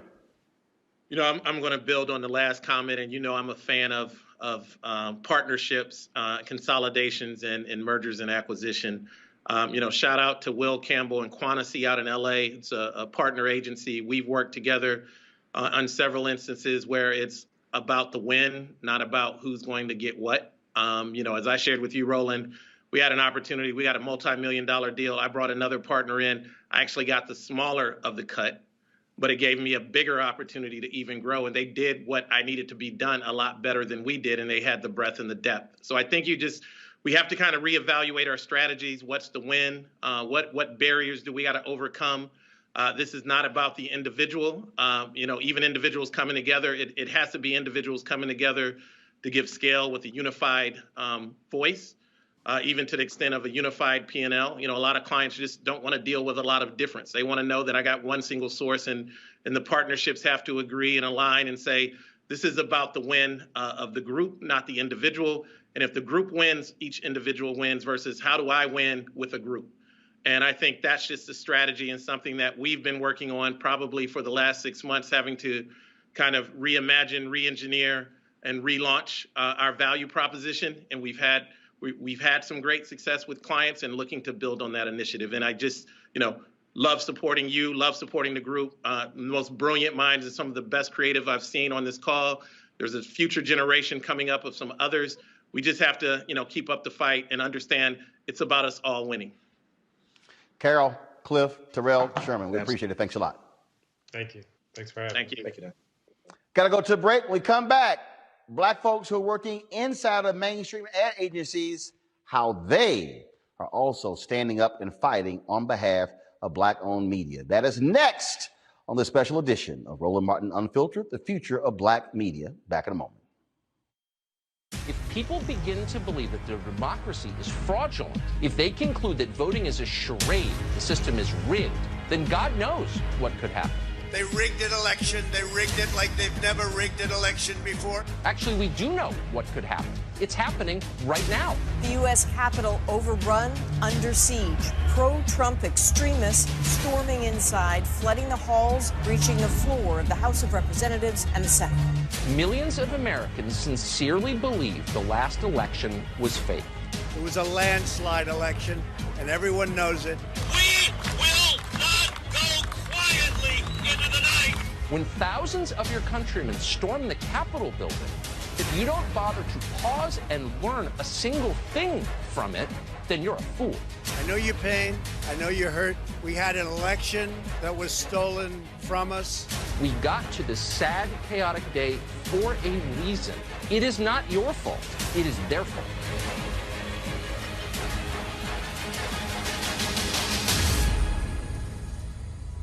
Republicans know their ideas aren't popular. That's why they lost the popular vote in all but one election over the last 32 years. So after losing the White House and the Senate in 2020, Republicans want to make it even harder for you to vote. In Georgia, Republicans are trying to pass bills that would eliminate ballot drop boxes, repeal automatically registering voters when they get driver's licenses, and limit absentee voting. And in states Trump narrowly lost, Georgia and Pennsylvania, Republicans are trying to cut mail-in voting, falsely claiming it perpetuates voter fraud. Let's be clear, voter fraud is a myth. Republicans know they can only stay in power preventing people from voting. This is who they are.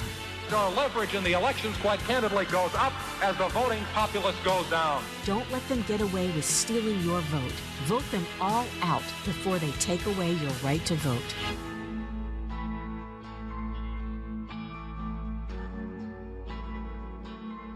The work you do is important. A lot of people depend on you, and you deserve respect. Respect includes making a decent wage that reflects how hard you work for your community. So what's the best way to make sure you get the pay you deserve? Join a union. Union members are paid more than people with similar jobs who aren't in unions. For women and people of color, the union difference is even greater. The respect you deserve, the pay you've earned. That's the union difference. Your work keeps the community safe, but what keeps you safe at work? People in public service face unique dangers, and we need the right training, resources, and staffing to stay safe. But how do we make sure we have what we need to stay safe on the job? We join a union. Union members negotiate for the resources we need to keep us safe at work and protections if we're injured on the job. Union members are better trained and better protected. Job safety. That's the union difference. The work you do is important. A lot of people depend on you, and you deserve respect. Respect includes making a decent wage that reflects how hard you work for your community. So what's the best way to make sure you get the pay you deserve? Join a union. Union members are paid more than people with similar jobs who aren't in unions. For women and people of color, the union difference is even greater. The respect you deserve, the pay you've earned. That's the union difference. What would you say to a young person who says, look, I'm trying to change our society, I'm trying to change this world. Man, I ain't got time for this church stuff. I just don't think y'all legit. Oh, man. I would say just because you see an artist in music that you don't like, do you stop listening to hip hop? No. It's like ridiculous. You see one artist do something that is what their choice was, has nothing to do with the whole industry or the whole art form of hip hop. You don't throw out hip hop. So the same way, if you see an artist that you don't like do that, I would ask you, don't do the same thing with the church. Because just because you see one minister, one man or woman do something that you don't agree with, don't use that as an excuse to demonize an institution that could actually help save your life. You know, I am who I am because I was raised in the church. You know, all the things that I'm able to do in the world are directly related to being brought up in a healthy church environment where I learned how to develop my gifts. I learned how to communicate. I learned how to deal with other people. I learned how to lead. All of those things that help me and other people become successful in society, you can learn in the church. So I would say to somebody that's young, I would challenge them. Everything that's in you, if you're trying to get it out, get into a good church, because that church will be a fantastic incubator for all the gifts that are in you. And when you find the right church, you will find that the others that you may have been looking at were the wrong people to look at. In any profession, I don't care what it is, you're always going to find people that you can point out that may not represent that profession to the best of their ability. But when you find those that do, then you begin to see what it really is about. Hey, I'm Cupid, the maker of the Cupid Shuffle and the Wham Dance. What's going on? This is Tobias Trevelyan. And if you're ready, you are listening to and you are watching Roland Martin Unfiltered.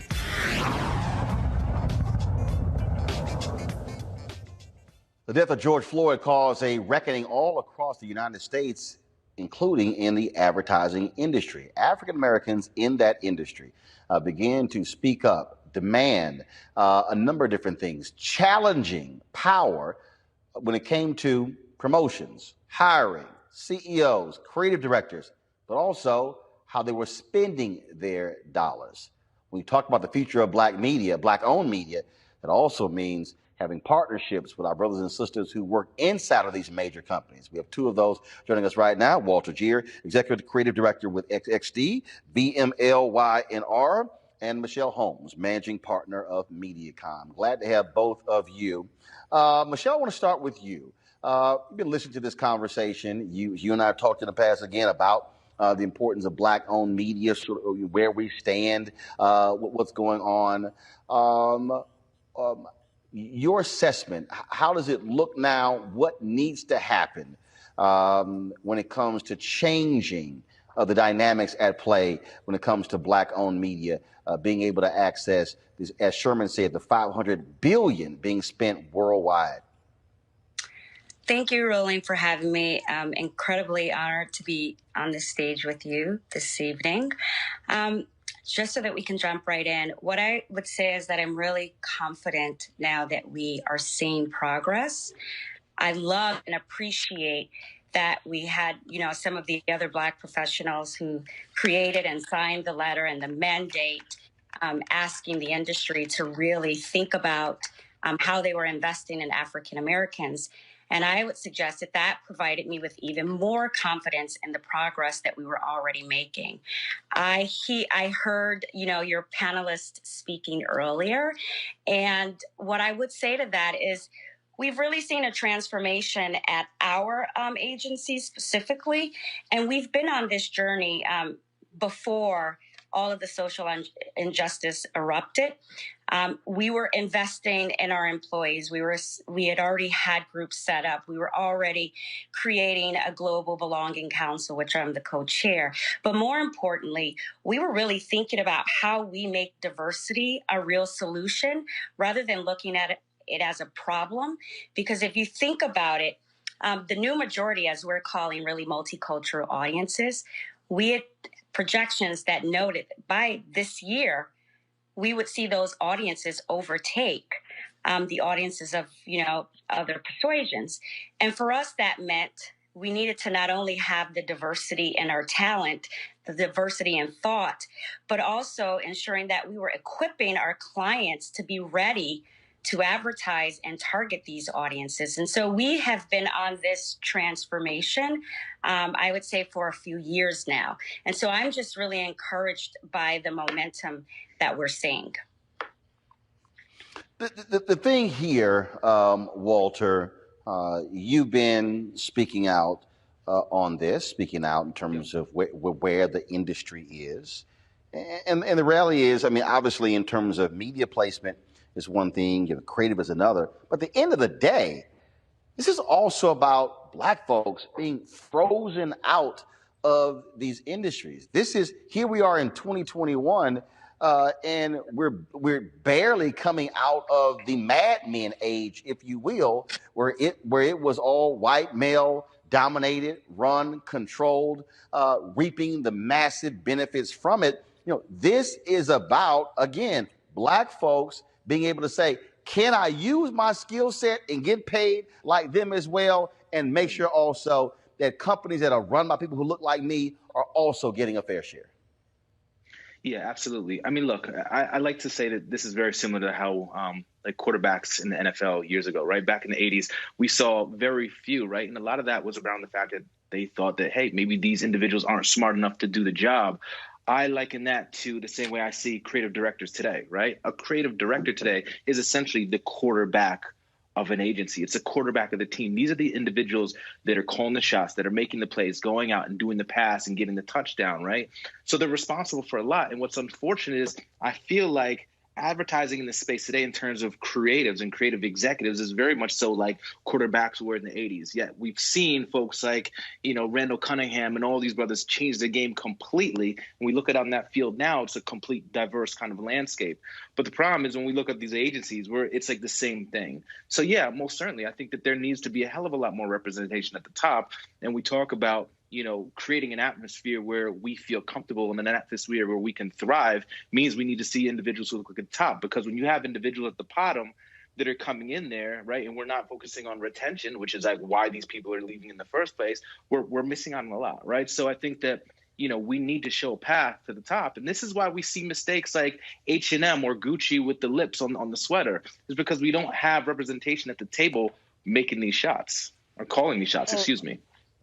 And not only that, Michelle, it's also understanding when you have, look, it's a classic inside-outside game. When you have people who are on the inside, who are hearing the conversations, who are seeing how folks are being systematically left out or removed or not included, it's vital to have folks like you and Walter and others who are saying, hey, hold up, wait a minute. So we overlook these things over here for these companies, but we're holding these black owned media companies to a whole different standard. That's also important. You got to have black folks on the inside who are saying, I got to represent my people on the inside. Yeah, I think that's absolutely right. And, I would say the mandate and the call to action, and specifically at our agency, is that we do a tremendous job bringing in talent, director and below. But now the mandate is really around bringing in executives like myself who are sitting in the C-suite, who have not only just the intellectual capacity, but also the political capital to really influence and affect change. And I can tell you, you're seeing more and more of that at our agency and across the other agencies within our holding company. But you're absolutely right. We have to have more representation, and not just one, but we need to be able to count those people so that we can have support in numbers. And you get support when you have more than just one person. And I do see that shift happening. I was using a Clubhouse conversation earlier today, Walter, and I made this comment on there that, you know what? I'm tired of seeing companies be given diversity awards because they hired somebody black, because they sponsored a table.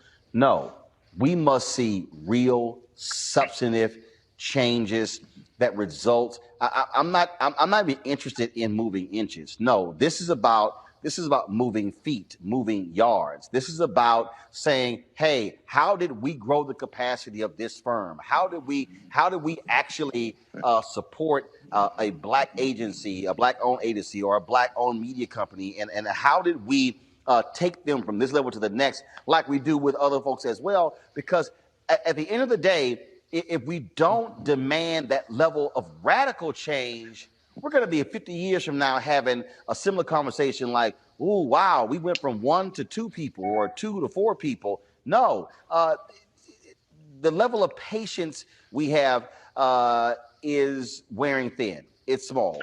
It has to happen. Yeah.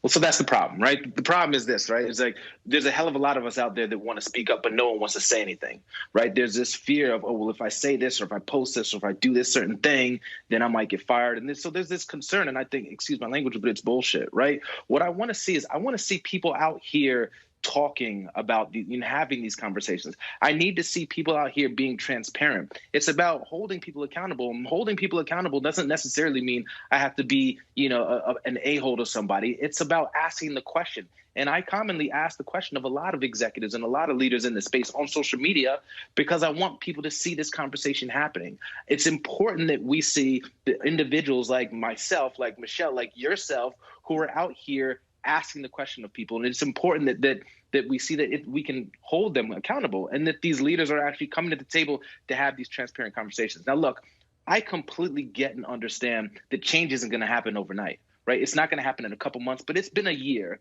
right? What I want to see is I want to see these agencies, I want to see these companies stand on the same soapboxes that they stood on a year ago when they all posted that black square, when they all said, hey, we're going to donate all these millions of dollars. I want those same individuals to come back with that, beating their chest the same exact way and say, here's a change that we've made thus far. And if you haven't made a lot of change, let's just be honest and say, hey, guess what? We dropped the ball. We didn't land where we wanted to. However, this is what we've done, and this is the changes that we plan to make moving forward. It's all about transparency. But you know what, Michelle, to the point Walter made, this is the last question for you. I hear when you say, hey, it's not going to happen overnight, but you know what? Actually, it can. John Landgraf, I hope I'm pronouncing it right, was the president of FX. And he sent an email, company-wide email, where he said, why are 88% of our directors white men? Why are almost 90% of our showrunners white? He said, that's not America. He said, I love white men, but I'm sorry, this has to change. We can't be a company that creatively is ignoring half of the population when it comes to women, ignoring blacks and Hispanics. That email went out and he ordered the change. 6 months later, significant change. More than half other showrunners, new shows coming on, were people of color or women. When Al Newhart was the leader of Gannett, he said, we're going to be the leading media company when it comes to diversity. I am tying your bonuses to it. And if you don't like it, you got to leave. It actually can happen extremely quickly, but you've got to have boards of directors, CEOs, C-suite, making it clear we're not accepting any more of your excuses. The general counsel at Coca-Cola, I'm trying to get him on the show. He said this diversity crap ain't happening. So I'm now going to financially penalize the outside law firms we do business with to the point that I may pull your contracts with, you will no longer do business with Coca-Cola. Yeah. Michelle, I can guarantee you, because he said that, you will see overnight a change in diversity of those law firms because he's talking about the money. Oh yeah, I think you're absolutely right, and I think we've already seen that with some of our clients, and we'll see that more and more as we onboard new clients, that they have similar mandates around diversity, what that looks like for people of color, what that looks like for women, and they're expecting that whether you're on a pitch or whether you're in the business, that those people are showing up. And what that means is that we won't really have the courtesy of time to try and find those people. We have to be ready now.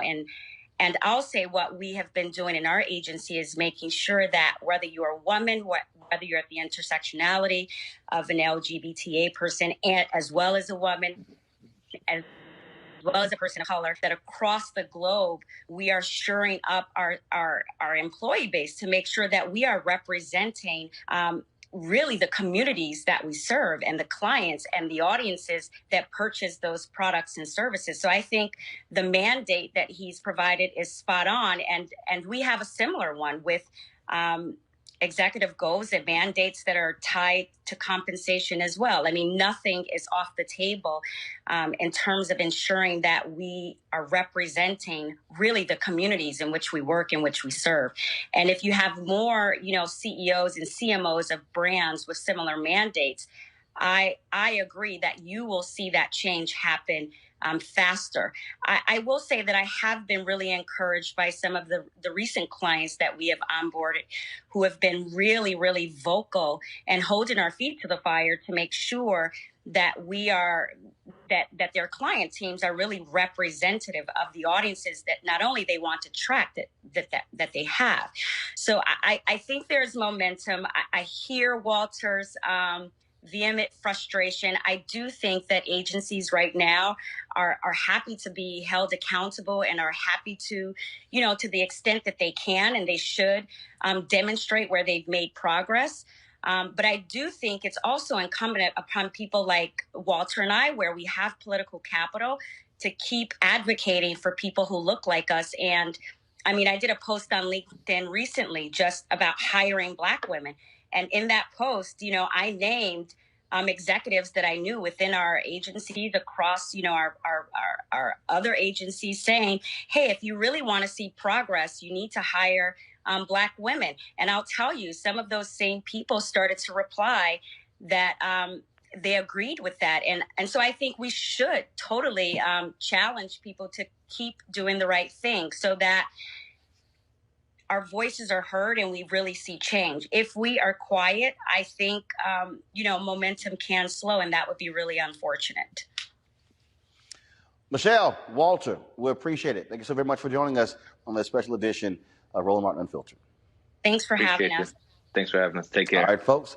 Going to a real quick break. We come back. We'll talk to two historically Black newspapers. That's right, out of Houston and Philadelphia, as well as an upstart digital operation out of Chicago. That is next. Roland Martin Unfiltered, the future of Black media. Back in a moment.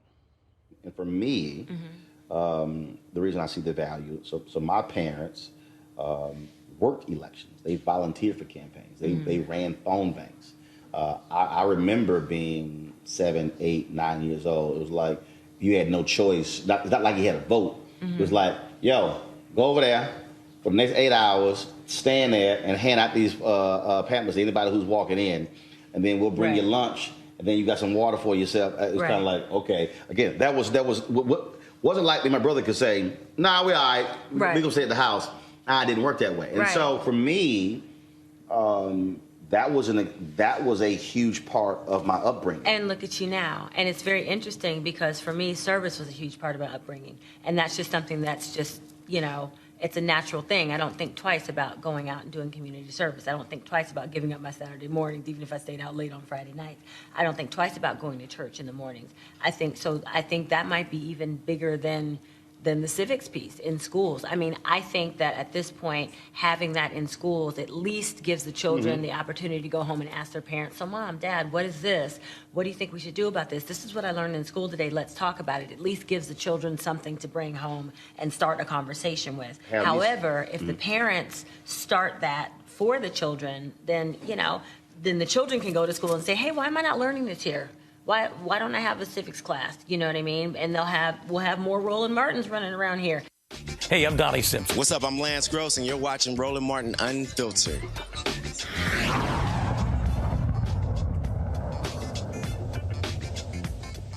Folks, we started the show talking about this being the 194th anniversary of the nation's first black newspaper, Freedom's Journal, founded on March 16, 1827. So what is happening today when it comes to the black press? Well, the black press is not just newspapers, it's also digital. Joining us right now is Sonseria Messiah Giles. She's the CEO of the Houston Defender Media Group. Bob Bogle, of course, who runs the Philadelphia Tribune Media Company. And we also have two more newbies to this, if you will, Morgan Elise and Tiffany Walden, co-founders of The Tribe. That is, of course, a digital shop out of Chicago. I'll start with, let's see, who I'm going to start with first. Let me start with Sonny. I interned at the Houston Defender and worked there as managing editor, so you get to go first. Houston always gets more love than anybody else on this show. How is you're in a city, 700,000 African Americans, black mayor, a city with a strong black HBC, a strong black educated class, entrepreneurship class as well. What is your strategy in this world of fragmented media to still be a major force there in Houston, covering local news there in Houston? I think what's happening, Roland, among the black media, particularly black press, is that we're evolving. We are basically morphing into a whole new business model that is much more digital. I should say digital-centric, but is also more focused on the audience, and not just the audience as a whole, but more so audience segments in order to be more effective in penetrating our community. I think we're looking at the e-marketing. We're looking at social media as being the distribution arms. No longer are we distributing a newspaper to a grocery store for people to pick up or dropping it home delivery. Now we're looking at delivering it to your email or delivering it through your social media platforms. And as a result, the mechanisms for delivering that news that we traditionally have always provided over these hundreds of years is going to be about what is to the benefit of the community, whether we're advocating, educating, entertaining, or just in some cases, providing the basic information to improve the quality of their lives. Bob, Philadelphia Tribune, arguably one of the nation's top black newspapers. When you have your NMP awards, you guys win a lot of those.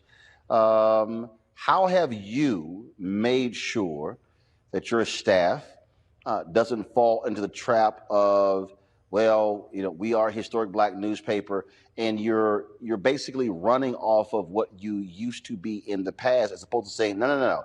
I got to sell the Philadelphia Tribune today. I've got to be talking about what we're doing today. All that Sonny said is quite accurate. We are in a significant transition, print to digital.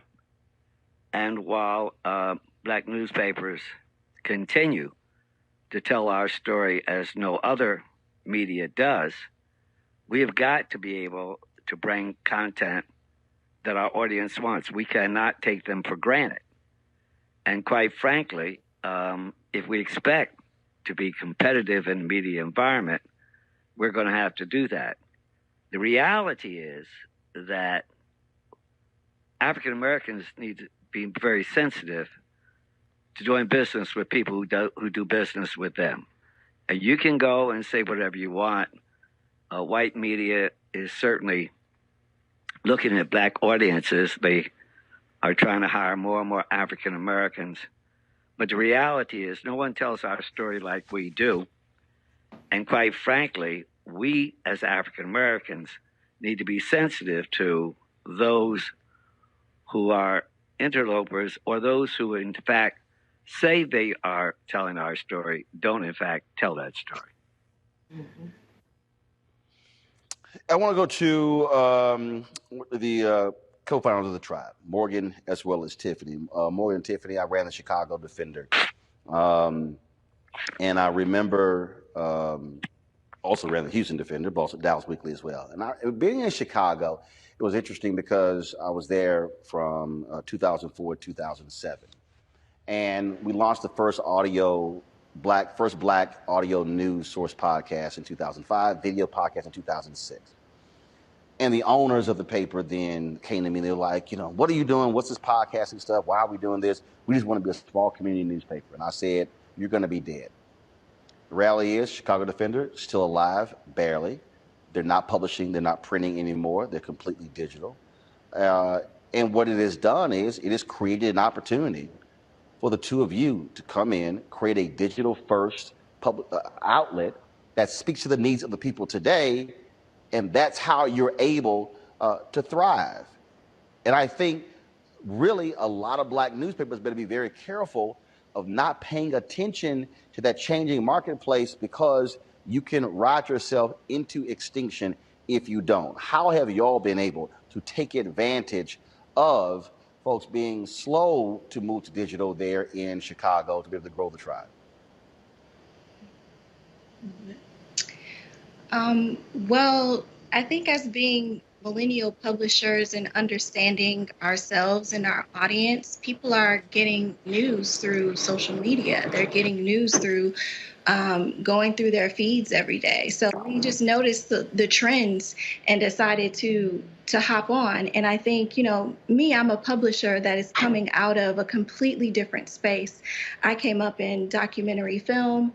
Tiffany came up in newsrooms, and we were able to approach media through a very, very fresh lens where we didn't have all of these preconceptions about what journalism is supposed to do. We just saw a need and decided to fill it. And one of the things that stood out to me coming out of the journalism world, I went to Medill, graduated from Medill, and also interned at Ebony Magazine. I was there when a lot of people were being laid off at Ebony Magazine. And one of the stories I kept hearing from people was that it took Ebony so long to transition to the internet. And even at the time that I was there, our articles were barely going online. Everything was so focused on print. But I have two younger nephews, and, just watching how they consume media, even myself coming out of college in, 2011, the way I was consuming media at the time really informed the way that we, wanted to distribute the news, especially here in Chicago, where a lot of people are getting their news digitally. So people aren't, especially millennials, aren't really going to physical copies of publications anymore. Everything is online. So we really wanted to take advantage of that and start with an online publication. And I just want to add. Yeah, go ahead. Really quickly that print really wasn't an option for us financially either. I mean, it takes a lot of money to print every day, but it costed us $2.99 to buy thetribe.com with 2 eyes. And that's why we have 2 eyes. So we had this fire and this passion to reshape the narrative of Black Chicago. And we just got rid of that barrier, and print was a barrier for us. And we said, we can work with the resources, we can work with the resources that we have, which is no money, and go ahead and just start doing the work. And that's what we did. Sonny and Bob, local. We had Wendell Pierce on. He talked about the consortium of black media outlets there in New Orleans, demanding equity of dollars from corporations, from companies that are based there. For both of you, the ability to continue to survive and thrive, has it also been because you've made it clear that, look, when it comes to the city, we got this on lockdown, and making it clear to those advertisers that you cannot ignore the Black consumer there in the city, not trying to play the national game, but saying we're going to be hyper local to ensure that we're getting those dollars. Sonny, first. Well, if you're really focused on the community and the community knows you're focused, which they do, then they will support you. You're there reporting the facts. You're helping them not only improve the quality of their lives, but you're telling them where the opportunities are. And as a result, they know that you're investing in them, and therefore they invest in you. I think that oftentimes I'm listening to the young publishers, and I can remember when I bought The Defender at age 27, and I was talking some of what they were talking because the old guard was not moving to color and computers and things of that nature. Now the audience is shifting, the business model is shifting. But the reality is we're all of us about better providing information for the community to empower them to take action, to be able to improve the quality of their lives and their children's lives and our community in general. So I think that when you talk, Roland, about the mere fact of where are we going as far as Black-owned media, I do not think we're dead. I think we're just changing. The mere fact that we're talking about 1827, there's some resilience there that has sustained the Black press, and I predict that it will continue to sustain the Black press. We just have to adapt to what our audience needs are. Bob, how did you did you have to confront moving some folk to their own divine good who resisted change, who resisted having to evolve as a business?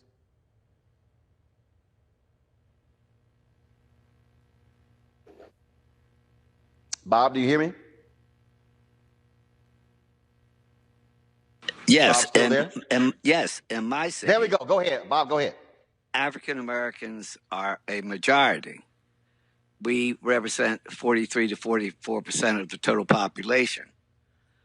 What you said is a fact that we have to present ourselves in a way that our readership responds to that, and it's a competitive environment where non-African American newspapers and media are looking at our audience, and we have to be competitive in that environment to bring content that is of interest to our readership.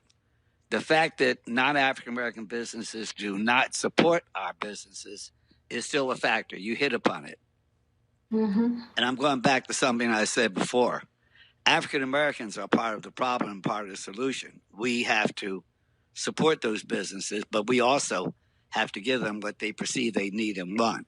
And that is local content that is of interest to them. But we also have to make a living, and that is we have to look at those businesses that have historically denied us and turn to African Americans to support those that have historically brought them content and news that has been of interest to them. Final question for Morgan and Tiffany.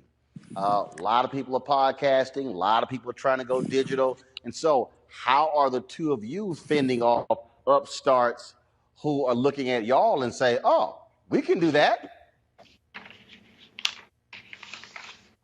A lot of people approach us and say, hey, we want to do what you do. And a lot of times I say, no, you don't. No, you don't. Because this was a lot of work. I think a lot of people want to maybe start production company and they want to put out content when they want to put out content. But once you call yourself community journalism, you then are accountable to the community.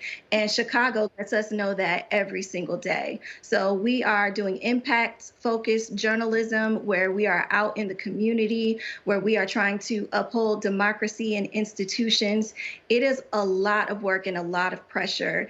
And it takes a special kind of person to take on this type of role in the community. So, yeah. Anything to add? You said it perfectly. You said it perfectly. Well, Morgan, Tiffany, Bob, and Sonny, we appreciate all four of you joining us here on Roland Martin Unfiltered for this special edition. Keep up the good work, Roland. Thank you very much. I will do. Thanks a lot, folks. Righto. Folks, Bye. folks, I wanted to do this because we have to understand that no one tells our story better than us. And if we do not stay focused on building, on mobilizing, and organizing, then we're putting our future in the hands of someone else. Imagine if there was no North Star from Frederick Douglass. Imagine if there was no Ida B. Wells Barnett, if she had no place to place her writings on lynching.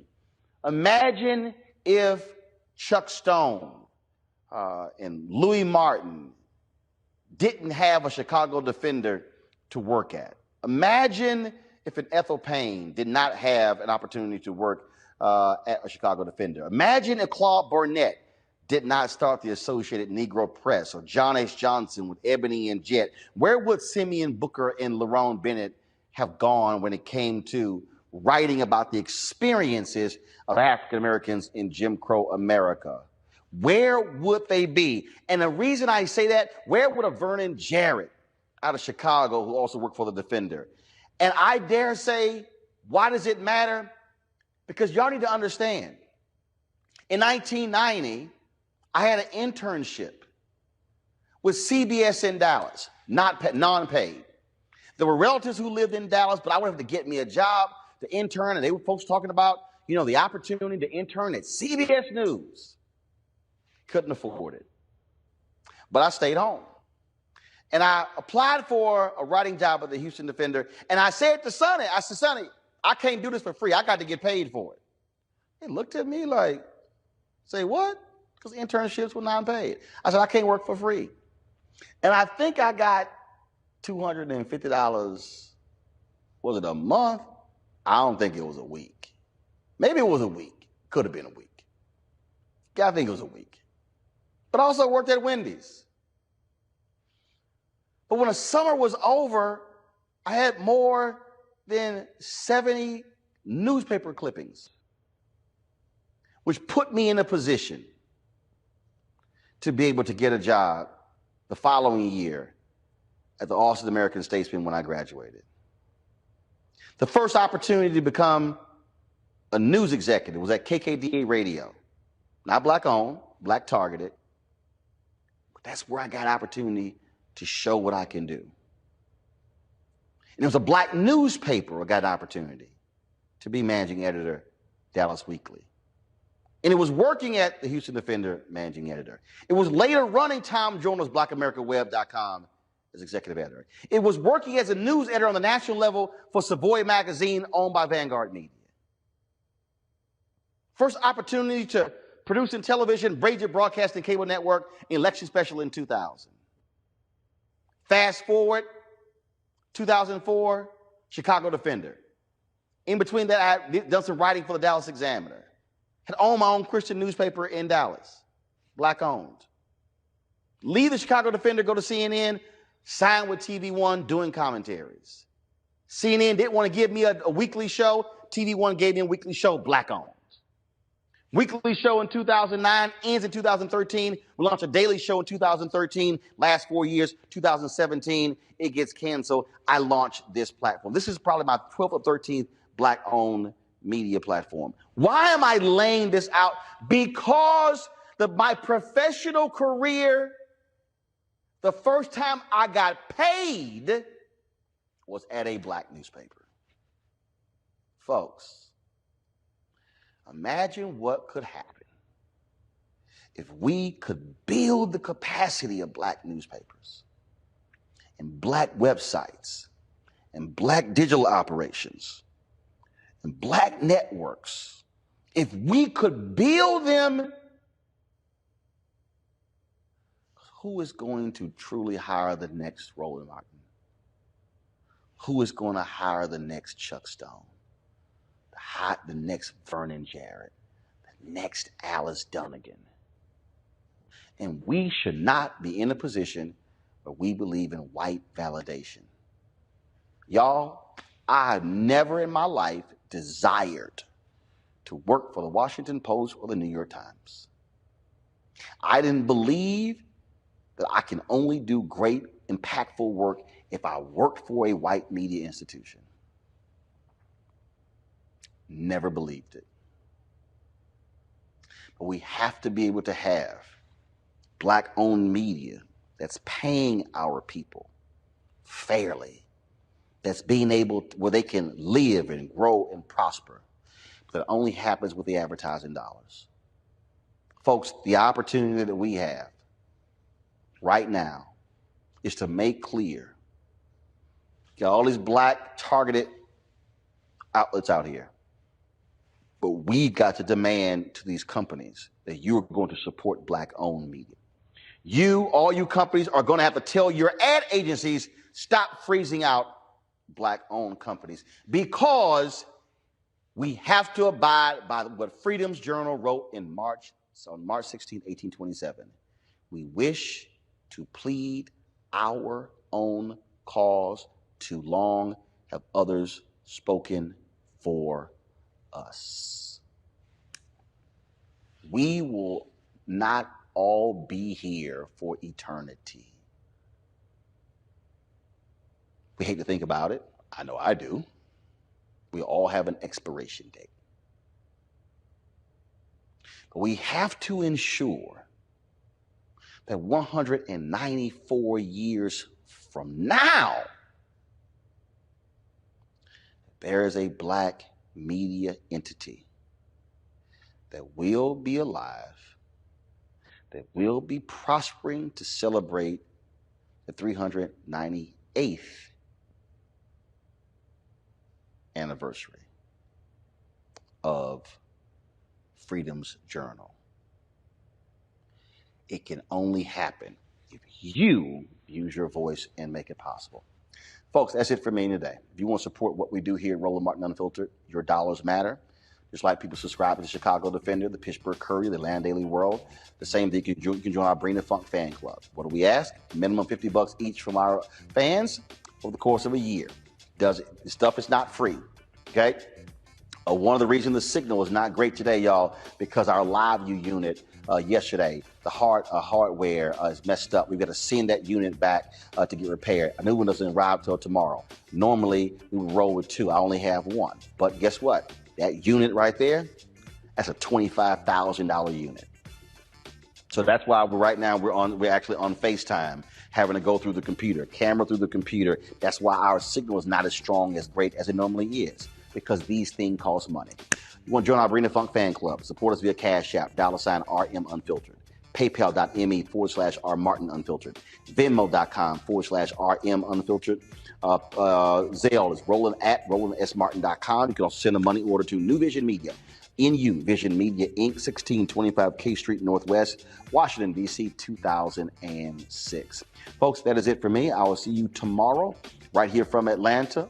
Again, hopefully our new unit is in. We'll have a much better, stronger signal on tomorrow's show. But that's it.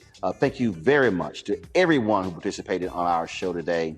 Folks, support Black-owned media because we need it. Take care. Halt!